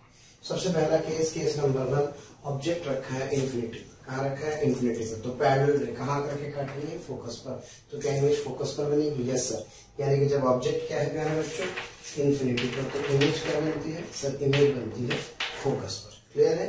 और पॉइंट ऑब्जेक्ट बनेगा, रियल बनेगा, असली रे काट रही है तो रियल बनेगा। फिर इसके बाद केस नंबर 2 प्यारे बच्चों, ऑब्जेक्ट अगर रखा है इन्फिनिटी और सी के बीच, इन्फिनिटी और सी के बीच, तो इन्फिनिटी और सी के बीच होगा पैरेलल रे, फोकस से होके जाएगी, ये वाली ऐसे जाएगी तो ये बनेगा, यानी कि स्मॉल इन साइज बनेगा प्यारे बच्चों। दूसरी बात ये उल्टा बनेगा। क्लियर है। और कहाँ बनेगा, इन्फिनिटी और सी के बीच है तो सी और एफ के बीच बनेगा। फिर बेटे सी पर रखा है तो क्या सी पर बनेगा, इक्वल इन हाइट बनेगा बट उल्टा बनेगा। फिर इसके बाद ये इंपॉर्टेंट प्रॉपर्टी है, फिर इसके बाद बात करते हैं, अगर ये सी और एफ के बीच रखा है तो क्या ये इधर जाकर के इधर चला जाएगा, है ना, ये वाली फोकस से होकर जाएगी, ऐसे जाएगी तो इसकी इमेज यहाँ बन जाएगी। इस बार इसकी इमेज मैग्नीफाइड बनती है। फोकस पर रखेंगे तो क्या ये दोनों पैरेलल होगी तो पता नहीं कहाँ बनेगा, अनडिफाइंड, वैसे लोग फोकस पे बोल देते हैं। फिर इसके बाद प्यारे बच्चों एक केस है कि फोकस और पोल के बीच होगा तो क्या एक रे यहाँ से होकर जाएगी, एक रे यहाँ से पीछे बढ़ाएंगे तो यहाँ से आता हुआ दिखाई देगा, तो यानी कि उधर बनेगा। मिरर के उधर मतलब वर्चुअल वर्ल्ड, इधर मतलब रियल वर्ल्ड। तो इसका मतलब ये कैसा ऑब्जेक्ट है, रियल, इमेज भी कैसी है, रियल। अब बताओ, ऑब्जेक्ट भी रियल, इमेज भी रियल, ऑब्जेक्ट भी रियल, इमेज भी रियल, ऑब्जेक्ट भी रियल, इमेज भी रियल, ऑब्जेक्ट भी रियल, इमेज भी real, object real but image virtual. Clear है प्यारे बच्चों। अब ये बहुत सारे केसेस हैं, इनको याद कैसे रखना है। इन्फिनिटी पर रखते हैं तो कहाँ बनती है, फोकस पर बनती है। इन्फिनिटी और सी के बीच रखते हैं तो क्या सी और एफ के बीच बनती है। सी पर रखते हैं तो क्या सी पर बनती है। सी और एफ के बीच रखते हैं तो क्या सी और इन्फिनिटी के बीच बनती है। एफ पे रखे हैं तो इन्फिनिटी पर बनती है, और एफ और पोल के बीच में रखते हैं तो क्या इमेज उस तरफ बनती है। ठीक है, याद हो गया अच्छे से। अब इसका एक जुगाड़ समझे प्यारे बच्चों, बहुत प्यारी सी एक ट्रिक है, बिल्कुल दिमाग लगाने की जरूरत नहीं है, शानदार तरीका है, आपको भी पता लग जाएगा। रियल बनेगी, वर्चुअल बनेगी, मैग्नीफाइड बनेगी, मैग्नीफाइड नहीं बनेगी, सारे के सारे केस इस टेबल से कवर हो जाएंगे। इस मिरर को ब्रेक करो ऐसे, 1 2 3 4, 1 2 3 4, कितने रीजन में, 4 रीजन में। पहला रीजन कौन सा, सी और इन्फिनिटी के बीच। दूसरा रीजन प्यारे बच्चों सी और एफ के बीच। तीसरा एफ और पोल के बीच, और चौथा पोल और ये वाली दुनिया। ये जो दुनिया है प्यारे बच्चों, वो दुनिया वर्चुअल वर्ल्ड है, ये दुनिया रियल वर्ल्ड है। क्या मेरी बात क्लियर है। अब जरा समझ रटने का तरीका, ये टेबल बनाना है बेटे। इस टेबल में क्या करना है, यहाँ 1 है तो यहाँ 2 है, यहाँ 2 है तो यहाँ 1 है, यहाँ 1 है तो यहाँ 2 है, यहाँ 2 है तो यहाँ 1 है। फिर बोलो, यहाँ 1 है तो यहाँ 2 है, तो यहाँ 2 है तो यहाँ 1 है, यहाँ 3 है तो यहाँ 4 है, यहाँ 4 है तो यहाँ 3 है। ये ऑब्जेक्ट है और ये क्या है, इमेज। वाओ, अगर ऑब्जेक्ट फर्स्ट में है तो इमेज सेकंड में, ऑब्जेक्ट सेकंड में तो इमेज फर्स्ट में, ऑब्जेक्ट अगर थर्ड में तो इमेज फोर्थ में, और ऑब्जेक्ट अगर फोर्थ में तो इमेज किसमें, थर्ड में। और प्यारे बच्चे सारी दुनिया कैसी दुनिया, रियल दुनिया। तो इसका मतलब क्या है, real real real real real real, जबकि ये कैसे दुनिया, वर्चुअल, और ये आ गई वर्चुअल। क्या प्यारे बच्चों के लिए, यस सर। तो क्या रियल ऑब्जेक्ट की रियल इमेज बनाता है, करेक्ट। हाँ बेटे, क्या रियल की वर्चुअल बनाता है, यस करेक्ट। क्या वर्चुअल की रियल बनाता है, करेक्ट। क्या वर्चुअल की वर्चुअल बनाता है, नहीं भाई, बहुत बढ़िया सवाल है। यानी कि कोई कॉन्केव मिरर वर्चुअल ऑब्जेक्ट की वर्चुअल इमेज नहीं बनाता है, रियल की रियल बनाता है, रियल की वर्चुअल बनाता है। यानी कि इधर रखा होगा तो उधर बन सकता है। क्या मेरी बात क्लियर है प्यारे बच्चों। इधर रखा है, इधर ही बन सकता है, और फिर कह रहा है उधर रखा है तो उधर बन सकता है, वो भी पॉसिबल है, लेकिन कभी भी वर्चुअल की वर्चुअल नहीं बनाएगा। अब जरा सोचो, मैं तुमसे पूछूं, इन्फिनिटी और सी के बीच रखा है ऑब्जेक्ट, तो इमेज बनेगी सर एफ और सी के बीच में। यहाँ रखा है तो क्या यहाँ, यहाँ रखा है तो यहाँ, यहाँ रखा है तो यहाँ, यहाँ रखा है तो यहाँ, है नहीं सर, यहाँ रखा है तो यहाँ, यहाँ रखा है तो यहाँ। तो आशा करता हूँ प्यारे बच्चों सारे कॉन्केव मिरर के केस आपको याद हो गए होंगे। अब इसके बाद हम लोग ग्राफ पढ़ेंगे, है ना, लास्ट में जब लेंस पढ़ाऊंगा तो जब मैं सारे ग्राफ आपको इकट्ठे पढ़ाऊंगा तो मैं आपको देखना कि टिप्स से बता दूंगा कैसे अपन क्या कर सकते हैं। इसकी मैग्निफिकेशन पे भी कमेंट कर सकते हैं। जैसे मैग्निफिकेशन पे तो यहाँ पे भी कमेंट कर सकते हैं प्यारे बच्चों। मैग्निफिकेशन क्या होता है सर, -v/u। तो जो m का मॉड है क्या बेटे, वो होगा मॉड ऑफ v/u। तो जरा सोचो, अगर v बड़ा है किससे, u से, तो क्या m की वैल्यू किससे बड़ी होगी, 1 से। अगर v छोटा है u से तो क्या m की वैल्यू छोटी होगी 1 से। और अगर v बड़ा है किससे, u से, तो क्या m की वैल्यू होगी 1 के। जरा सोचो, ऑब्जेक्ट यहाँ रखा है तो ये u हुआ, क्या इमेज यहाँ बनी, यस सर। तो इसका मतलब ये ऑब्जेक्ट है, ये इमेज है, तो इसका मतलब सर ये v है और ये क्या है, v छोटा है, u बड़ा है, तो m की वैल्यू लेस देन। तो खैर ये धीरे धीरे प्रैक्टिस से आपको समझाऊंगा, वरना कहीं ना कहीं एक कंफ्यूजन हम लोग क्रिएट कर लेंगे। आइए प्यारे बच्चों बढ़ते हैं इसी तरह से किसके लिए, कॉन्वेक्स मिरर के लिए, केसेस को करने के लिए। तो प्यारे बच्चों कौन सा मिरर है, कॉन्वेक्स मिरर। कॉन्वेक्स मतलब डाइवर्जिंग मिरर, ओके। कॉन्वेक्स मतलब diverging mirror, focal length is always positive. Clear है प्यारे बच्चों। सबसे पहले इन्फिनिटी से आने वाली रेज क्या फोकस से आती हुई दिखाई देगी, तो क्या इसकी जो इमेज होगी वो कहाँ बनेगी, फोकस पर बनेगी। इस तरह प्यारे बच्चों कहीं भी हो हमेशा फोकस और पोल के बीच में बनती है। और ये कैसी है सर, रियल। तो ये कैसी है, वर्चुअल। तरीका देखो बेटे, ये ऐसा ही पैरेलल फोकस से होती हुई दिखाई देगी, और दूसरी जो यहाँ से जाएगी कैसे चली जाएगी, रिफ्लेक्टेड रेस को पीछे बढ़ाइए, जहाँ पे कटिंग वो क्या बन जाएगी, इसकी इमेज बन जाएगी, स्मॉल बनेगी। ठीक है, इसलिए जो साइड व्यू मिरर्स होते हैं कार्स के, साइड व्यू मिरर्स, है ना। तो जो साइड व्यू मिरर्स होते हैं उसमें हम लोग क्या करते हैं, कॉन्वेक्स मिरर ही यूज करते हैं, क्योंकि बड़े से बड़े ऑब्जेक्ट की सीधी और वर्चुअल इमेज बनती है। तो आप सोचो कोई गाड़ी है, बड़ी से बड़ा ट्रक भी अगर रखा होगा तो उस मिरर के अंदर ऐसे आ जाएगा और सीधा आएगा। क्लियर है। इसलिए side view mirror are basically what, side view mirror are convex mirror. और मैं आपको बता दूं प्यारे बच्चों, आपको याद होगा 6 जो केस था जिसमें फोकस पर के और सी फोकस और पोल के बीच ऑब्जेक्ट रखते थे तो ये इमेज बनती है ना। किस केस में सर, ये कॉन्वेक्स मिरर था। तो ये मैग्नीफायर की तरह यूज करते हैं इसकी प्रॉपर्टी ना, it's used as a magnifier. तो जो डॉक्टर्स हैं या जो कन्वर्जिंग मिरर भी होता है, दूसरा प्यारे बच्चे डॉक्टर्स हैं, या इसके अलावा आपको मैं बताऊं कि जो नाई होते हैं, ये हम जब शेविंग करते हैं तो आपने होटल में एक स्पेशल मिरर देखा होगा, पास जाके देखते हैं तो बड़े बड़े बाल यानी कि सीधा और बड़ा दिखाई देता है, तो यही वाला फीचर होता है। फिलहाल अब इसको याद करने का तरीका, कॉन्वेक्स को प्यारे बच्चों 4 रीजन में तोड़ो, पहला, दूसरा, तीसरा और चौथा। ठीक है। पहला रीजन ये वाला है जो पोल और इधर यानी कि -∞ का है। फिर ये रीजन सेकंड रीजन है, ये थर्ड रीजन और ये फोर्थ रीजन है। रटा काम, पहले में ऑब्जेक्ट तो इमेज बनेगी किसी में 2 में, इमेज ऑब्जेक्ट अगर 2 में तो इमेज बनेगी 1 में, ऑब्जेक्ट अगर 3 में तो इमेज बनेगी 4 में, और ऑब्जेक्ट अगर 4 में तो इमेज बनेगी 3 में। मजा आ गया सर। इसकी इधर, इसकी इधर, इसकी इधर, इसकी इधर। क्लियर है प्यारे बच्चों। अच्छा ये आई क्या है सर, ये रियल है क्योंकि इधर की तरफ है, ये रियल है प्यारे बच्चों। तो ये क्या है सर, ये वर्चुअल है। अब सोचो ये उधर आ गया तो क्या ये वर्चुअल ऑब्जेक्ट हो गया, तो क्या आई क्या होगी प्यारे बच्चों, आई इसकी रियल इमेज होगी। ये भी वर्चुअल है, ये वर्चुअल है क्योंकि सब उधर उधर है, ये भी वर्चुअल है और ये भी क्या है, वर्चुअल है। इसका मतलब क्या, कोई कॉन्वेक्स मिरर रियल की वर्चुअल बनाता है, यस सर। क्या बेटे वर्चुअल की रियल बनाता है, यस सर।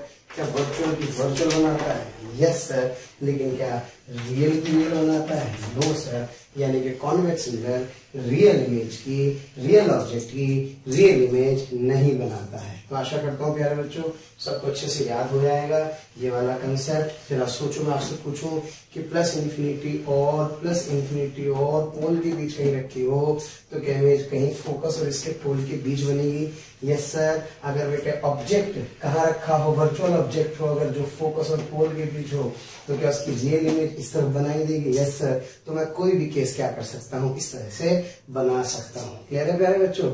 इसके जो ग्राफ है उसमें बहुत मजा आने वाला है, आगे जाके हम लोग पढ़ेंगे प्यारे बच्चों। इसके 2 ग्राफ पढ़ते हैं हम लोग, मैं आपको बता दूं।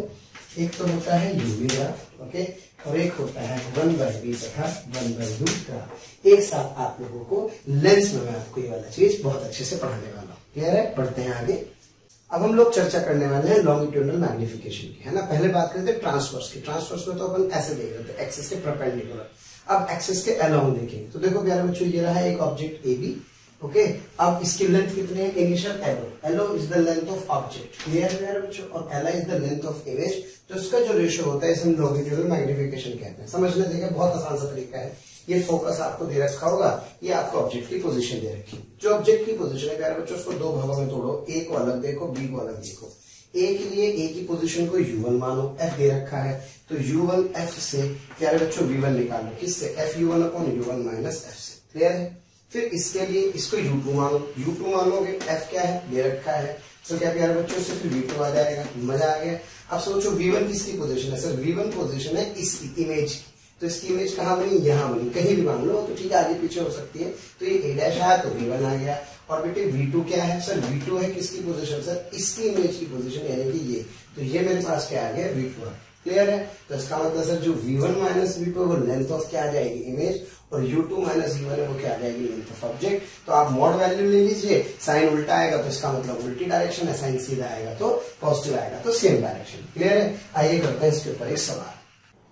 प्यारे बच्चों ये है कॉनकेव मिरर जिसकी फोकल लेंथ कितने 20 और -20 से नेगेटिव ले लीजिए। प्यारे बच्चों ये एक ऑब्जेक्ट है जिसकी लेंथ कितने 20 सेंटीमीटर, जो कि एक्सिस के अलोंग रखा हुआ है। क्लियर है। आपसे पूछ रहा है कैलकुलेट द लॉन्गिट्यूडनल मैग्निफिकेशन। तो सबसे पहला काम क्या करेंगे, सबसे पहला काम इसकी इस वाली पोजीशन को बेटे u1 मानो। ये कितना है 20, f कितना है 20, तो r कितना हुआ सर, r हुआ 40। तो इसका मतलब सर दिस u1 = 40। आप सभी जानते हैं u1 अगर 40 है तो देखते हैं u1 भी तो 40 ही होगा। क्यों, क्योंकि सर c पर रखा है ऑब्जेक्ट की इमेज कहाँ बनती है, c पर ही बनती है। यानी कि सर आप ये कहना चाहते हैं कि इसकी इमेज की नहीं बन गई। अब बेटे इसकी बात करो। हाँ सर, ये क्या है बेटे, ये U2 है। इस बार U2 कितना आ जाएगा सर? U2 आ जाएगा मेरे पास -60। बेटा F कितना है सर? -20। तो कॉमन की बात है, कितना आ जाएगा? -30। अब आप क्या करेंगे प्यारे बच्चों, डेटा को याद रखें इसको। जब भी U 60 होगा तो F -20 और V 30 लेंगे। जब U -30 होगा F -10 और V क्या लेंगे? -15 लेंगे, क्योंकि ये डेटा हमारे हमेशा काम आने वाला है। बस हो गया काम। तो यहाँ से क्या आ गया मेरे पास प्यारे बच्चों? सर ये U2 है तो मेरे पास आ गया V2, यानी कि सर यहाँ से 30 पर 20 यहाँ, तो यानी कि ये जो पोजीशन है ये इसकी इमेज की पोजीशन आ जाएगी। तो ये क्या है सर? ये है y डैश, और ये क्या है प्यारे बच्चों? ये है x डैश। और ये कितनी डिस्टेंस है सर? ये डिस्टेंस है कितनी? 30। ये कितनी है सर? ये है पूरी की पूरी 40। तो ये आ जाएगा 10। तो जो लेंथ ऑफ इमेज है is this be what? 10 centimetre. और क्या लेंथ ऑफ ऑब्जेक्ट है क्या? Is this be 20 centimetre. बहुत बढ़िया साहब। तो जो यहाँ से मैग्निफिकेशन आएगी is this be what sir? यानी कि जिसकी लेंथ है वो क्या हो जाएगी? थोड़ी सी कम हो जाएगी। क्लियर है प्यारे बच्चों? अच्छा, इसमें एक विशेष बात का प्यारे बच्चों ध्यान रखें। अगर ऑब्जेक्ट की लेंथ, किसकी लेंथ? ऑब्जेक्ट की लेंथ U के मुकाबले बहुत छोटी है। सर मैं समझा नहीं, समझो बेटा। मान लो आपने कहा ऑब्जेक्ट रखा है यहाँ पर, कहाँ सर? 60 सेंटीमीटर। कहाँ पर? 60 सेंटीमीटर पर। और इसकी जो लेंथ है इसकी ऑब्जेक्ट की वो है 1 मिलीमीटर। कितने मिलीमीटर? 1 मिलीमीटर। तो इसका मतलब छोटा होगा, बहुत छोटा होगा, बहुत छोटा होगा।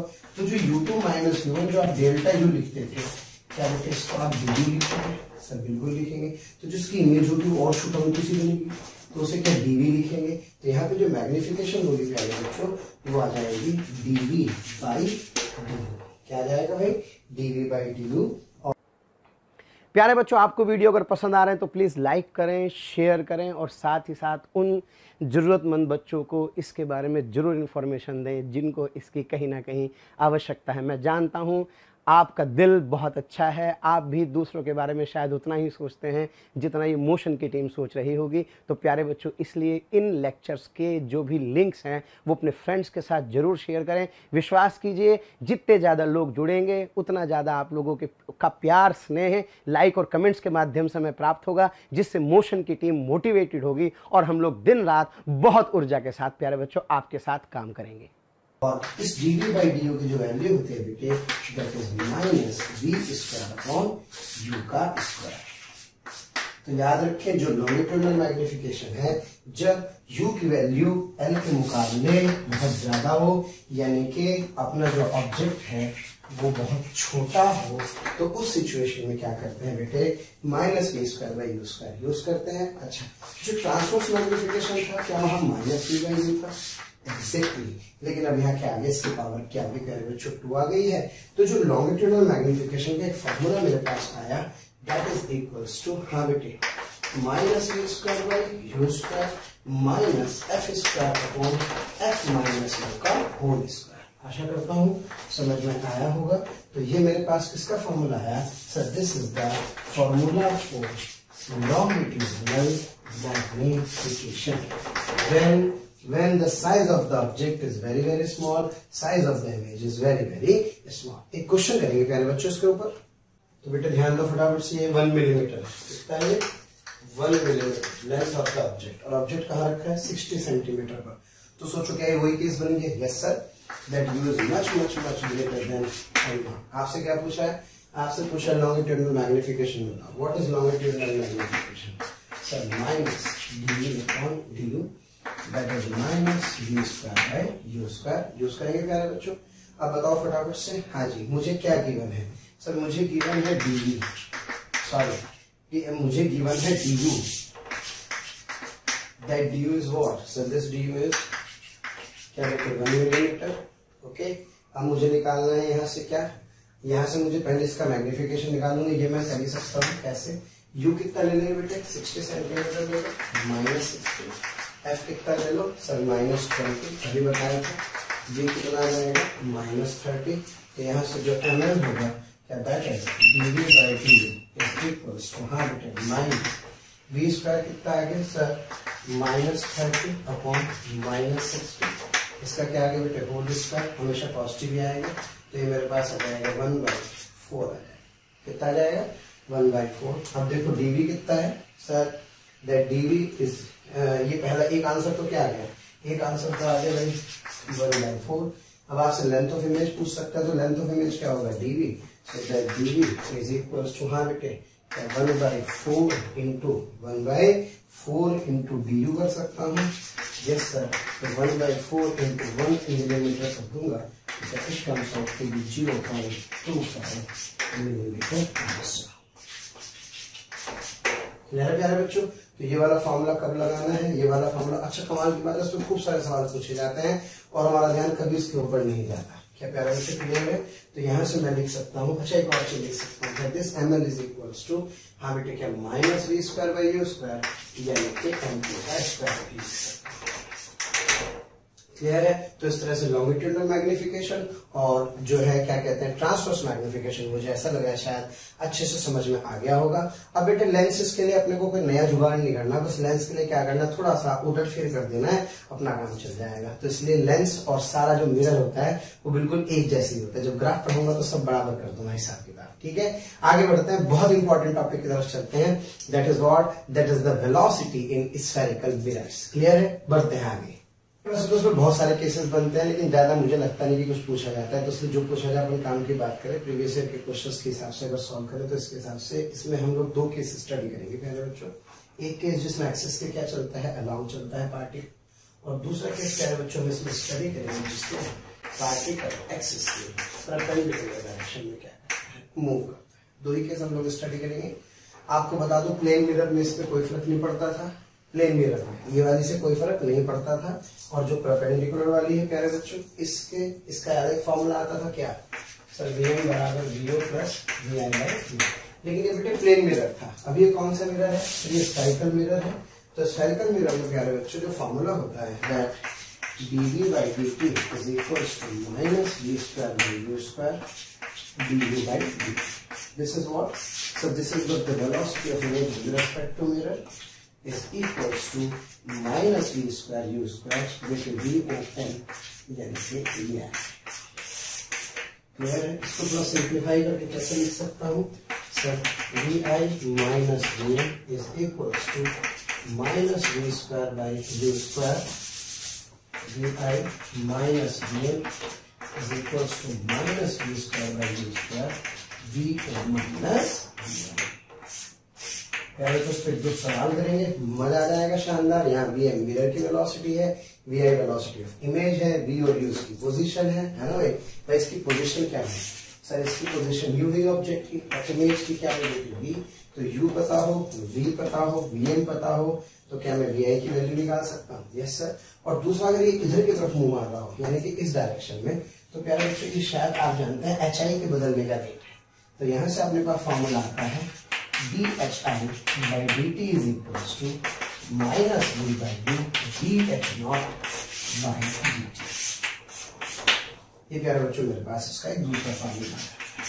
ये कौन सी वेलोसिटी है सर, ये है velocity of image, velocity of image perpendicular parallel to mirror, okay, that is equals to -v/u। V क्या है, U क्या है, इसकी पोजीशन है, और V किसकी पोजीशन है सर, V इमेज की पोजीशन है। तो यहाँ से इनटू ये मेरे पास क्या है, this is V parallel to the mirror. और ये कौन सा है सर, फिर सर इसके लिए मैं परपेंडिकुलर टू मिरर यूज कर सकता हूँ, yes we can, here we will use the perpendicular to the. Clear है। आइए प्यारे बच्चों करते हैं इसके ऊपर एक सवाल। हाँ प्यारे बच्चों देखो फटाफट से, U कितना दे रखा है सर -30, बेटा F कितना है सर, -10। सॉल्व करने की जरूरत नहीं है, V कितना दे रखा है -15 आ जाएगा। क्लियर है। मुझसे कह रहे हैं VO कितना दे रखा है, this is 2 cm/s, okay, velocity of object is 2 cm/s। बेटे इस वाले डायरेक्शन को पॉजिटिव, तो इसको क्या वो नेगेटिव, तो ये आ गया पॉजिटिव। और बेटे जो मिरर है वो कहाँ जा रहा है, so that mirror is moving in this direction -1 metre per second. तो क्या पूछ रहा है, वेलोसिटी ऑफ इमेज पूछा है। तो ये कौन सा फॉर्मूला है सर, पहले वाला क्या था formula sir, Vi minus V बराबर -v²/u²। हाँ बेटे -v²/u², वीओ माइनस क्लियर। चलो जी वी आई निकालना है। Yes sir. हाँ बेटे वी आई क्या लिखो सर, वी आई माइनस, बेटे वी एम जा रहा है इधर, इधर मतलब क्या होगा सर, होगा माइनस माइनस वन माइनस, हाँ बेटे वी स्क्वायर कितना जाएगा सर 15 का स्क्वायर, और ये सर माइनस 30 का स्क्वायर, और बेटे वीओ कितना है, sir V O is here this is +2। Okay चलो जी, हाँ बेटे माइनस आ गया तो -1, तो क्या V I +1 is equal to, हाँ बेटे -1/4, तो ये कितना आ गया सर, ये आ गया 3, so that vi is equals to yes -1 - 3/4 -1 - 3/4, तो बेटे कितना आ जाएगा प्यारे बच्चों, ये आ जाएगा -7/4 सेंटीमीटर पर सेकेंड, यानी कि किस तरह, इस डायरेक्शन में, यानी कि इमेज कहाँ है सर, इमेज है 15 सेंटीमीटर पर, और किधर घूम आ रही है, इस डायरेक्शन में, कितने से 7/4 सेंटीमीटर पर सेकेंड से। ज्योमेट्रिक और ऑप्टिक्स लेंथ दी तो है, भारी नहीं, ये बता रहा हूँ, और जब लेंस आएगा ना सारा का सारा ये सिनेरियो क्या होगा प्यारे बच्चे, रिपीट हो जाएगा, तो आपको लगेगा अरे यार ये सभी था क्या बस इसके अंदर, और क्या। चलो बेटा आगे बढ़े, अगला क्वेश्चन करते हैं। हाँ प्यारे बच्चों ध्यान दो, यहाँ पे क्या हो रहा है सर, यू कितना, सबसे पहला काम u -30, राइट याद हो गया, -1 f कितना है बेटे sir, f -20, fastest calculation of the world, मजाक कर रहा हूँ। v कितना आ जाएगा बेटे, सॉल्व करके -60 आ जाएगा। ओके अच्छा ये इधर की तरफ जा रहा है, इधर जा रहा है, तो फॉर्मूला क्या बताया था सर जी, सर dhi/dt के बराबर -v/dh0/d। ओके ये dhi मतलब हाइट के बढ़ने का रेट है ना, तो ये क्या हो सर, ये vi हो। ओके कहाँ सर, y कह रहा हूँ, इज इक्वल्स टू -v/u। चलो सॉल्व करते हैं, नाटक नहीं करते फालतू का, -60, u कितना है सर -30, और dho/dt बेटे ऊपर की तरफ से +5 है ना, एक डायरेक्शन का आप पॉजिटिव मान लेंगे तो दूसरी क्या जाएंगे नेगेटिव, तो सर ये मेरे पास आ जाएगा दिस इज +5, शम्मा हो गए, तो क्या that vi in y is what, this is minus, this is 2 into 5, so this is -10 centimetre पर सेकेंड। तो यानी कि सर जो इमेज है वो क्या कहीं यहाँ 60 सेंटीमीटर तक मिल रही होगी, और नीचे की तरफ कितने से जा रही होगी सर, डाउनवर्ड डायरेक्शन में 10 सेंटीमीटर पर सेकेंड से मूव कर रही होगी। आशा करता हूँ समझ में आ रहा होगा। एक क्वेश्चन अब क्या करते हैं प्यारे बच्चों, इन दोनों का कॉम्बिनेशन का कर लेते हैं, तो दोनों का कॉम्बिनेशन करने से परफेक्शन आ जाएगा। आइए करते हैं। तो प्यारे बच्चों ध्यान से देखें, ये ऑब्जेक्ट है, ये 15 मीटर पर सेकंड से 53 डिग्री पर जा रहा है, इधर की तरफ जो मिरर है ये मूव कर रहा है 2 मीटर पर सेकंड से, तो आपसे कह रहा है find velocity of image in the given situation. सबसे पहला काम तो ये यूवीएफ वाला काम निपटाओ। यू कितना है सर, यू है -30, कितना -20, वी कितना है -60 आ गया, ठीक है। अच्छा एक काम और कर लिया यार, साथ साथ ना P square by U square की वैल्यू भी निकालने का काम तो आ ही जाती है, बल्कि v/u निकालना है, तो दो जगह काम आएगी, बताऊंगा कहाँ। तो v/u कितना जाएगा सर, -60 अपॉन -30, यानी कि सर इसकी वैल्यू आ गई, क्लियर है, ये काम आएगा। v square by U square कितना आएगा सर, ये 4 आ जाएगा, ठीक है लिख लेते हैं। अब बेटे ध्यान दो, इसको दो केस पे ब्रेक करते हैं। ये जो आपने 15 दिया है इसके दो केस बेटे, ये वाला आएगा 9 मीटर पर सेकंड कॉस वाला कंपोनेंट, और ये वाला आएगा 12 मीटर पर सेकंड साइन वाला कंपोनेंट, क्लियर है। तो अब सिचुएशन क्या है, इसको दो भागों में जब ब्रेक करेंगे तो पहला क्वेश्चन मिल गया प्यारे बच्चों, जो हमने केस 1 9 मीटर पर सेकंड से इधर जा रहा है और 2 मीटर पर सेकंड से इधर जा रहा है, क्लियर है। अब पहले वाले केस का फॉर्मूला बताओ सबसे पहले, तो क्या इसकी इमेज होगी जिससे, तो क्या इस इमेज की वेलोसिटी x बनाएंगे, और दूसरा केस क्या बनाएंगे प्यारे बच्चों, इसके अंदर से दूसरा केस बनाएंगे ये वाला, जिसके अंदर ये ऐसे जा रहा होगा, कितने से जा रहा होगा सर, ये जा रहा होगा 12 मीटर पर सेकंड से, तो बेटे इसकी भी इमेज कहीं ना कहीं जाएगी। अब इसके लिए फॉर्मूला लिखते हैं फटाफट से टाइम बचाते हुए, हम क्या vi माइनस वी बराबर -p square by U square V O minus, clear है। अब v स्क्वायर यू स्क्वायर आपको पता है, अभी निकाला है हम लोगों ने, ठीक है। और बेटे यहाँ से मुझे vm पता है कितना है सर, vm इज -2, vo कितना है बेटे सर, vo है कितना sir +9 capital V square by U square कितना आ जाएगा 4। सॉल्व करेंगे तो this value of VI comes out to be -46 metre पर सेकेंड। कितना आ जाएगा? -46 मीटर पर सेकेंड आ जाएगा जब आप यहाँ से सॉल्व करके VI निकालेंगे। क्लियर है बेटे? तो ये कहाँ था? ये 30 पे था, तो ये 60 पे इमेज बनेगी। माफी चाहूंगा, कहाँ बनेगी? 60 पर तो इमेज बनेगी, और ये इमेज प्यारे बच्चों 46 से इधर जाएगी। क्या क्लियर है? अब यहाँ आ जाओ फटाफट से। ये ऑब्जेक्ट है, इसकी इमेज फिर इधर बनेगी। इसके लिए फॉर्मूला क्या लगाएंगे? सर इसके लिए फॉर्मूला लगाएंगे VI in Y is equals to -V by U into V in Y। तो ये मेरे पास V by U कितना है प्यारे बच्चों? This is -2। VO कितना है सर? ये है 12। यहाँ से मेरे पास जो VI होगा इज दिस भी सर -24। किधर की तरफ? सर ये वाले डाउनवर्ड्स होते हैं, है ना, क्योंकि किस डायरेक्शन में लिख रहा हूँ? Y डायरेक्शन में, तो ये नेगेटिव Y में होगा ना। तो सर इसका मतलब ये इधर की तरफ कितने से मूव मारेगा? सर ये 24 से इधर जाएगा। बस हो गया काम। 46 से इधर, 46 से इधर, 24 से इधर। सो द फाइनली जो इमेज होगी प्यारे बच्चों, वो इमेज इधर की तरफ तो कितने से? सर 46 से। इधर की तरफ कितने से? कैपिटल 24 से। तो जो रिजल्टेंट होगा वो कुछ इस तरह से होगा, यानी कि that final velocity of the image is sir -46 I cap -24 J cap। Clear है प्यारे बच्चों? तो the answer is under the root of 46 का स्क्वायर प्लस 24 का स्क्वायर। क्लियर है? तो इस तरह से मैं क्या कर सकता हूँ? वेलोसिटी ऑफ इमेज कैलकुलेट कर सकता हूँ। तो प्यारे बच्चों ध्यान दो, हम लोग पढ़ रहे हैं कटिंग ऑफ मिरर। ये बड़ा प्यारा सा आर्टिकल है ना, ध्यान से समझे। सोचो ऑब्जेक्ट सी पर रखा होता तो क्या बेटे इमेज सी पर बनती? Yes sir. ये रे सारी की सारी इसी पॉइंट पर आकर के इकट्ठी हो जाती। अब क्वेश्चन में कह रहा है यार, यहाँ पे मैंने क्या किया, इस मिरर का ये वाला पार्ट कट कर दिया, और कट करके क्या कर दिया?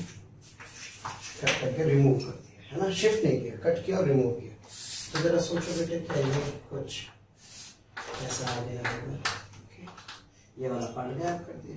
जब ये वाला पार्ट गायब किया तो भाई जो सी था उसे यहीं कर दिया। तो इसका मतलब अब भी रे तो उतनी ही थी? नहीं सर, अब रे कम होगी। क्यों? क्या बेटे ये वाली रे क्या सीधे करेंगी? इसका मतलब वापिस यही लौटी। तो इसका मतलब इमेज की इंटेंसिटी यानी कि चमक थोड़ी सी कम हो जाती है, लेकिन जो नंबर ऑफ इमेज है वो एक थी और एक ही बनेगी। क्या मेरी बात क्लियर है? तो ऐसे सिचुएशन में याद रखें, कभी कभी ऐसे बोल देते हैं यार इसको हमने ब्लैक पेंट कर दिया। तो एक्चुअल में ब्लैक पेंट क्या करता है? ब्लैक पेंट होने से भाई ये सब तो समझ में आता है, ये गई है, तो यहाँ वाली जो रेस थी जो पहले टकरा के वापिस आ रही थी, ये एब्जॉर्ब हो गई। एब्जॉर्ब हो गई तो वापस नहीं आई, और जब वापस नहीं आई तो उसका मतलब उसकी ब्राइटनेस क्या हो गई? कम हो गई। तो इंटेंसिटी डिक्रीज हो गई, यानी कि इसकी ब्राइटनेस घट गई, और ब्राइटनेस घटने से अब थोड़ा सा कम चमकीला बनेगा, लेकिन इमेज तो क्या बनेगी? एक ही बनेगी। अब तेरा बच्चों इसमें दूसरा जो कंसेप्ट है उस पर हम लोग चर्चा करेंगे। हम लोग यहाँ पे इसको कट करेंगे और शिफ्ट करते हैं, है ना। देखिए क्या हो रहा है। हाँ प्यारे बच्चों देखो, ये ऑब्जेक्ट है, यहाँ से ले चल के वापस चलिए। तो सिंपल सिचुएशन है, यानी कि अगर ऑब्जेक्ट कहाँ रखा है? सी पर, तो इमेज भी कहाँ बनेगी? सी पर ही बनेगी। देखो अब cut and shift by 1 metre each. इस बार क्या किया? इसको शिफ्ट कर दिया है कट करके। कितना? 1 मिलीमीटर, सॉरी, इसके डायरेक्शन शिफ्ट कर दिया। तो इसको शिफ्ट करने से क्या होगा? ऐसा समझो बेटे, अगर ये गोला है ना, तो अब ये गोले का ये सेंटर था। अब सोचो अगर उसको शिफ्ट कर दे तो दो अलग अलग गोले बन जाए। Please try to understand. ये यहाँ पे आ गया और ये यहाँ पे आ गया, तो इसके सेंटर अब अलग अलग। वाओ, सेंटर अलग अलग हो गए, तो इसका मतलब इसकी दो प्रिंसिपल एक्सिस होगी, ये 1 और ये 2, बस खत्म। तो सर इसका मतलब आप ये कहना चाहते हैं कि इसकी प्रिंसिपल एक्सिस यहाँ पहुंच गई और इसकी प्रिंसिपल एक्सिस बेटे यहाँ पहुंच गई। Yes sir. अब एक बात बताओ, ऑब्जेक्ट तो बेटे यहीं रखा था, क्या सी पर रखते हैं तो क्या सी पर बनता है? Yes sir. तो बेटे ये कितना है? सर ये 1 मिलीमीटर है, तो क्या इतना ही, और उल्टा क्या यहाँ बनेगा? हाँ, तो यहाँ पर इसकी I1। भाई ध्यान से सुनो ना यार, क्या आपको याद है ना? अगर मान लो ये कोई मिरर है, आधा या पूरा, उससे क्या फर्क पड़ता है? अगर यहाँ ये 1 मिलीमीटर तो नीचे भी तो 1 मिलीमीटर का बनेगा। तो सोचो ये ऑब्जेक्ट है, ये प्रिंसिपल एक्सिस कौन से वाली? ये वाली। तो ये 1 मिलीमीटर है, 1 मिलीमीटर होगा। अब इधर आओ, इस सिचुएशन में क्या है प्यारे बच्चों, सर इस सिचुएशन में ये कितना है, सर ऑब्जेक्ट इस बार फिर नहीं है, तो क्या इसकी इमेज फिर नहीं बन गई, कितने पर 1 मिलीमीटर पर। तो सर इसका मतलब ये I1 आ गया और ये क्या आ गया I2। तो I1 और I2 के बीच का जो सेपरेशन है वो कितना आ जाएगा, sir it comes out to be 4 mm। Clear है। तो पहला कट नॉट शिफ्ट, फिर दूसरा कट एंड शिफ्ट। तो कट और शिफ्ट में प्रिंसिपल एक्सिस क्या हो जाती है, शिफ्ट हो जाती है। तो अब नई इमेजेस इस तरह से आएंगे। थोड़ा भारी लग रहा हो, ठंडे दिमाग से सोचना, कंसेप्ट बिल्कुल शानदार है, बिल्कुल क्लियर होना चाहिए, है ना प्यारे बच्चों। आइए इसका आखिरी टॉपिक अब हम लोग पढ़ेंगे, स्फेरिकल मिरर में मल्टीपल रिफ्लेक्शंस के बारे में हम लोग चर्चा करेंगे, है ना, जिसे बोलते हैं आप कॉम्बिनेशन ऑफ मिरर्स, है ना। थोड़ा डर लगता है, टेंशन लेने की जरूरत नहीं। कॉम्बिनेशन ऑफ मिरर्स हमारा आज का आखिरी टॉपिक होगा प्यारे बच्चों। पेशेंस रखिए, मैं आपसे फिर बता रहा हूँ, ये ज्योमेट्रिकल ऑप्टिक्स है। ज्योमेट्रिकल ऑप्टिक्स में हम लोग और 1-2 लेक्चर लेंगे। और मैं आपसे बता दूं चैप्टर बहुत वास्ट है, फिर भी कोशिश करेंगे ताकि चीजों को हम आपस में कनेक्ट कर पाए। और जो लेंस है वो तो सीधे सीधे कैसे हैं, वो सीधे सीधे मिरर जैसे हैं। मिरर को अच्छे से कमांड कर लोगे तो लेंस आपका बढ़िया हो ही जाएगा। ठीक है प्यारे बच्चों, आइए पढ़ते हैं कॉम्बिनेशन ऑफ मिरर्स। हमने क्वेश्चन देखे, मिरर M1 या मिरर M2। M1 वो मिरर होता है एक्चुअली, क्वेश्चन हमेशा गिवन होता है जिससे आप पहला रिफ्लेक्शन कंसीडर करते हैं। बेटा इसकी फोकल लेंथ 20, इसकी कितनी 10, वाह सर मजा आ गया। तो देखती पता लग जाता है, क्या +10 होगा, यस सर। ये कितना होगा, क्या -20 होगा। Okay, find out the position of the final image. Okay, formed by the 2 reflection. ध्यान देना कितने रिफ्लेक्शन, 2। और पहला कहां से कंसिडर किया जा रहा है, पहला कंसिडर कर रहे हैं M1 से। तो बेटा सबसे पहला काम ये M1 इससे इसके ऊपर, इसमें साइन डायमेंशन बदलता रहता है, तो घबराने की जरूरत नहीं। पहले सारी कंसंट्रेशन M1 के ऊपर इसको भूल जाओ। तो ये रहा है, यस सर। तो देखिए ये क्या हुआ प्लस, तो ये क्या हुआ माइनस। तो मिरर 1 के लिए, हाँ जी, ये किसका काम करेगा, U का। U कितना है, -30। F कितना कह रहे हैं बच्चों, सर -20। हाँ सॉल्व करेंगे क्या, हाँ सर। FU माइनस, तो वैसे भी याद हो गया, कितना आ जाएगा sir, it comes out to be -60। यानी कि सर इसका मतलब आप ये कहना चाहते हैं कि जो इमेज बनेगी वो कुछ यहाँ से 60 पर इधर बनेगी। तो 15 ये, तो 15 सेंटीमीटर पर अगर ये मिरर ना होता तो ये रे क्या ऐसे जाती और क्या यहाँ मिलती होती। क्या प्यारे बच्चों मेरी बात समझ में आ रही है, ये कहानी है बेटे, ध्यान देना। हाँ अब सोचो, अब इस मिरर के लिए देखो 60 कहां से लेना है, यहाँ से, -60 लेना है यहाँ से, ये 30, 15, तो ये क्या बन गई सर, ये बन गई इस ऑब्जेक्ट की इमेज। क्लियर है। तो ये क्या है, ऑब्जेक्ट। सर ने बताया था इंसिडेंट रे का इंटरसेक्शन पॉइंट ऑब्जेक्ट कहलाता है, रिफ्लेक्टेड रे का इंटरसेक्शन पॉइंट क्या कहलाता है, इमेज कहलाता है। क्लियर है। तो सर इसका मतलब O के लिए I1 क्या है, I1 है प्यारे बच्चों इमेज। अब सोचो सेकंड रिफ्लेक्शन यहाँ हुआ, यहाँ हुआ तो कहानी फिर बदल गई। अब इसको ऐसे समझो, इधर अब ये इंसिडेंट है तो ये प्लस हुआ और ये क्या हुआ माइनस हुआ। तो सेकंड मिरर के लिए आप कहते हैं तो अलग से डायग्राम बना देता हूँ। हाँ बेटे, सेकंड मिरर के लिए ये रे ऐसे आई, कहां पर सर 15 सेंटीमीटर पर इंसिडेंट रे। सर ये प्लस हुआ तो ये क्या हुआ माइनस। तो यू कितना हुआ सर, यू हुआ +15। इस बार एफ कितना हुआ सर, एफ हुआ मेरे पास +10। तो बेटे डी कितना आ जाएगा, ये भी तो निकाल लेते हैं बेटे, FU upon U minus F. Okay, हाँ बेटे 15 × 10 और U कितना क्या है बच्चों 15 - 10 यानी 150 अपॉन कितना है बेटे 5 3 जा यानी कि 30 सेंटीमीटर क्या पॉजिटिव आ रहा है ना। तो पॉजिटिव 30 सेंटीमीटर के मायने क्या है, पॉजिटिव 30 सेंटीमीटर के मायने है कि जो इसकी इमेज है वो कहीं इधर ही बन रही होगी। It would be the final image। तो पहला ये ऑब्जेक्ट, फिर इसकी ये इमेज, फिर ये किसका काम कर रहा है ऑब्जेक्ट का, और फिर ये इसकी फाइनल इमेज। क्लियर है प्यारे बच्चों। तो ऐसे इसको 2 भागों में तोड़ो, 2 बार साइन कन्वेंशन लगाओ। एक क्वेश्चन और करते हुए प्रैक्टिस हो जाएगी। हाँ बेटे घबराने की जरूरत नहीं, ये ऑब्जेक्ट आपको दिखाया दे रहा है, ये आपका पहला मिरर, ये दूसरा मिरर, और पहला रिफ्लेक्शन भी किससे कंसीडर कर रहा है M1 से। 2 रिफ्लेक्शन की बात कर रहा है। सबसे पहला काम सर ये होगा +10 क्योंकि कॉन्वेक्स है, और बेटे ये क्या होगा सर, ये होगा -20। बेटा आगे बढ़ते रहो, बार बार मैं आपसे ये कहता हूँ मेहनत करते रहो। चलो अब चलो सबसे पहला काम सर यहाँ से इसको ऐसे करके है ना, इसको M1 को लेकर चलते। तो बेटे ये वाली डायरेक्शन क्या पॉजिटिव हुई, ये वाली क्या हुई नेगेटिव। जब ये पॉजिटिव और ये निगेटिव है तो यू कितना है 10, ये -10। तो m1 की बात करें तो u1 है मेरे पास -10। क्लियर है प्यारे बच्चों? जो f है सब this f is equals to +10। अब मुझे निकालना है सबसे पहला काम कि टकराने के बाद ये कहाँ इमेज बनाएंगे। तो क्या v is equals to fu upon u minus f लिख सकता हूँ। Yes sir. यहाँ कितना क्या -100, यहाँ से u कितना है सर -10 और ये कितना आ गया -10, तो क्या -100 अपॉन -20 से क्या ये आ गया +5 सेंटीमीटर। यानी कि सर आप ये कहना चाहते हैं कि जो यहाँ से ये जो रे टकरा करके जो गई उसने यहाँ पर इमेज बनी और इमेज कितने सेंटीमीटर पर बनी, ये इमेज बनी +5 सेंटीमीटर। क्लियर है प्यारे बच्चों? अब सोचो ये रे इंसिडेंट हो गई किसके लिए सर, इसके लिए। तो ये ऑब्जेक्ट है, ये इमेज है। फिर बोल रहा हूं बेटा m1 के लिए वो क्या है ऑब्जेक्ट और I1 क्या है, I1 है इसकी इमेज। अब सुनो भाई क्या हो रहा है। अब ये रे यहां से टकरा करके इस पे गई, तो अब इस वाले मिरर की कहानी सुनो। इस वाले मिरर को रे कहां से आती हुई दिखेगी, यहाँ से इसको तो यहाँ से आती हुई दिखाई देगी। तो ये I1 ऑब्जेक्ट का काम करेगा। यानी कि अगर मैं बात करूं इसकी M2 की तो M2 के लिए I1 will work like an object. अब रे इधर जा रही तो क्या ये डायरेक्शन पॉजिटिव है, ये डायरेक्शन निगेटिव है। ठंडे दिमाग से 0.5x का ऑप्शन है तो उस पर करके देख लेना, लेकिन गलती मत करना। दोबारा सुनो, इसकी इमेज बनी ये रियल ऑब्जेक्ट की वर्चुअल इमेज। इसने काम किया फिर किसके लिए सर, इसने काम किया ऑब्जेक्ट का इसके लिए, फिर इसकी कोई इमेज बनी होगी।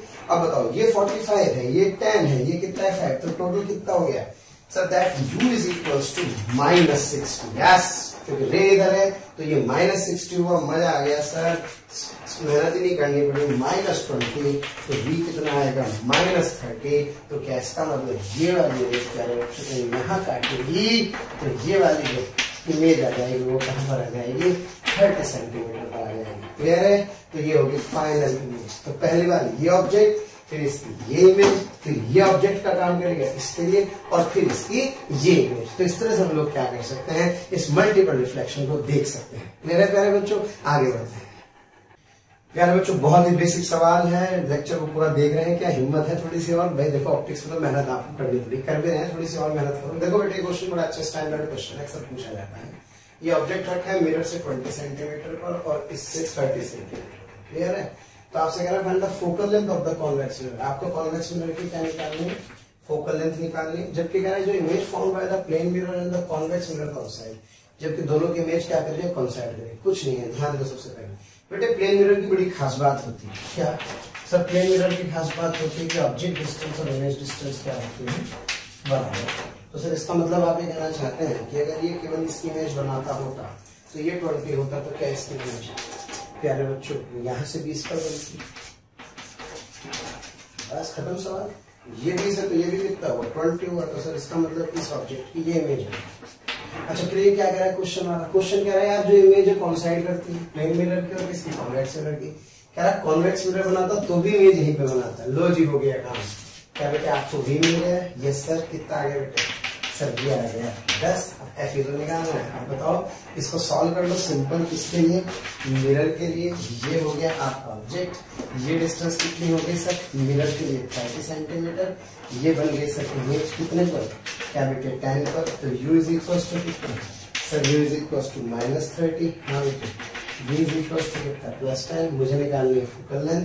f क्या होता है uv अपॉन क्या u प्लस v, यानी कि सर ये आ गया -30 इंटू 10 अपॉन -30 प्लस 10, यानी कि -300 अपॉन हाँ बेटे कितना आएगा क्या -20 आ जाएगा। ओके यहाँ से ये छम हो गए तो यह आ गया सर +15 सेंटीमीटर। क्लियर है प्यारे बच्चों? बात ये नहीं है कि हमने क्या सीखा, हमें क्या आया या हमें हमसे पेपर में क्या होगा, इन सब बातों से प्यारे बच्चों ऊपर उठिए। पहली चीज आपको मजा आना चाहिए, दूसरी चीज आपको पहले से बेहतर लगना चाहिए, और तीसरी चीज आज आपको लगना चाहिए ये फॉर्मूले वाकई में कितने आसान थे जिनसे हम लोग बचते थे। प्यारे बच्चों, मेहनत के दम पे आप किसी भी चीज को अचीव कर सकते हैं, मैं बहुत अच्छे से जानता हूँ, है ना। तो थोड़ा सा यही मेरा आप लोगों से कहना है कि कोई दिक्कत नहीं है किसी तरह की, आइए मेहनत करते रहिए, और थोड़ा सा व्यस्तता है वो सब चलती रहेगी, आप भी जानते हैं, लेकिन फिर भी समय निकाल करके पूरी कोशिश करता हूं मैं कि आप लोगों के लिए जो मेरा बेस्ट एफर्ट हो वो बेस्ट एफर्ट मैं आपको दूं। और मैं भी आपसे एक्सपेक्ट करता हूं प्यारे बच्चों कि इधर उधर मुंह ना मारे, पूरे लेक्चर को ध्यान से देखें, पूरी कंसंट्रेशन के साथ काम करें, जो कहा गया है उसको बहुत अच्छे से करें, बेहतर तरीके से करें, तो रिजल्ट आपके लिए बहुत ही बेहतर होंगे। अगले टर्न पे हम लोग प्यारे बच्चों शुरू करेंगे रिफ्रैक्शन। क्या पढ़ाएंगे? रिफ्रैक्शन। बहुत मजा आएगा, स्नेल्स लॉ को पढ़ने का बिल्कुल नया तरीका होगा, नई चीजें हम लोग सीखेंगे, और देखना कितना आसानी से जो चीजें हमें बहुत टफ लगती थी वो कैसे एकदम से कितनी आसान हो जाती हैं। ठीक है प्यारे बच्चों, बहुत बहुत धन्यवाद आपका, Amit Verma AV sir. God bless you all. प्यारे बच्चों, अगर आपको लेक्चर पसंद आ रहे हैं और मैं आपसे कहता हूं कि आपको लग रहा है कि ये टॉपिक भी सर से ही पढ़ना है, और आप उसके लिए कोई आपकी क्यूरी है या कोई भी आपके किसी भी तरह का प्रॉब्लम है, तो आप इस टोल फ्री नंबर पर संपर्क कर सकते हैं। टोल फ्री नंबर है 18002121 1800212799 1821 799 18002121 799।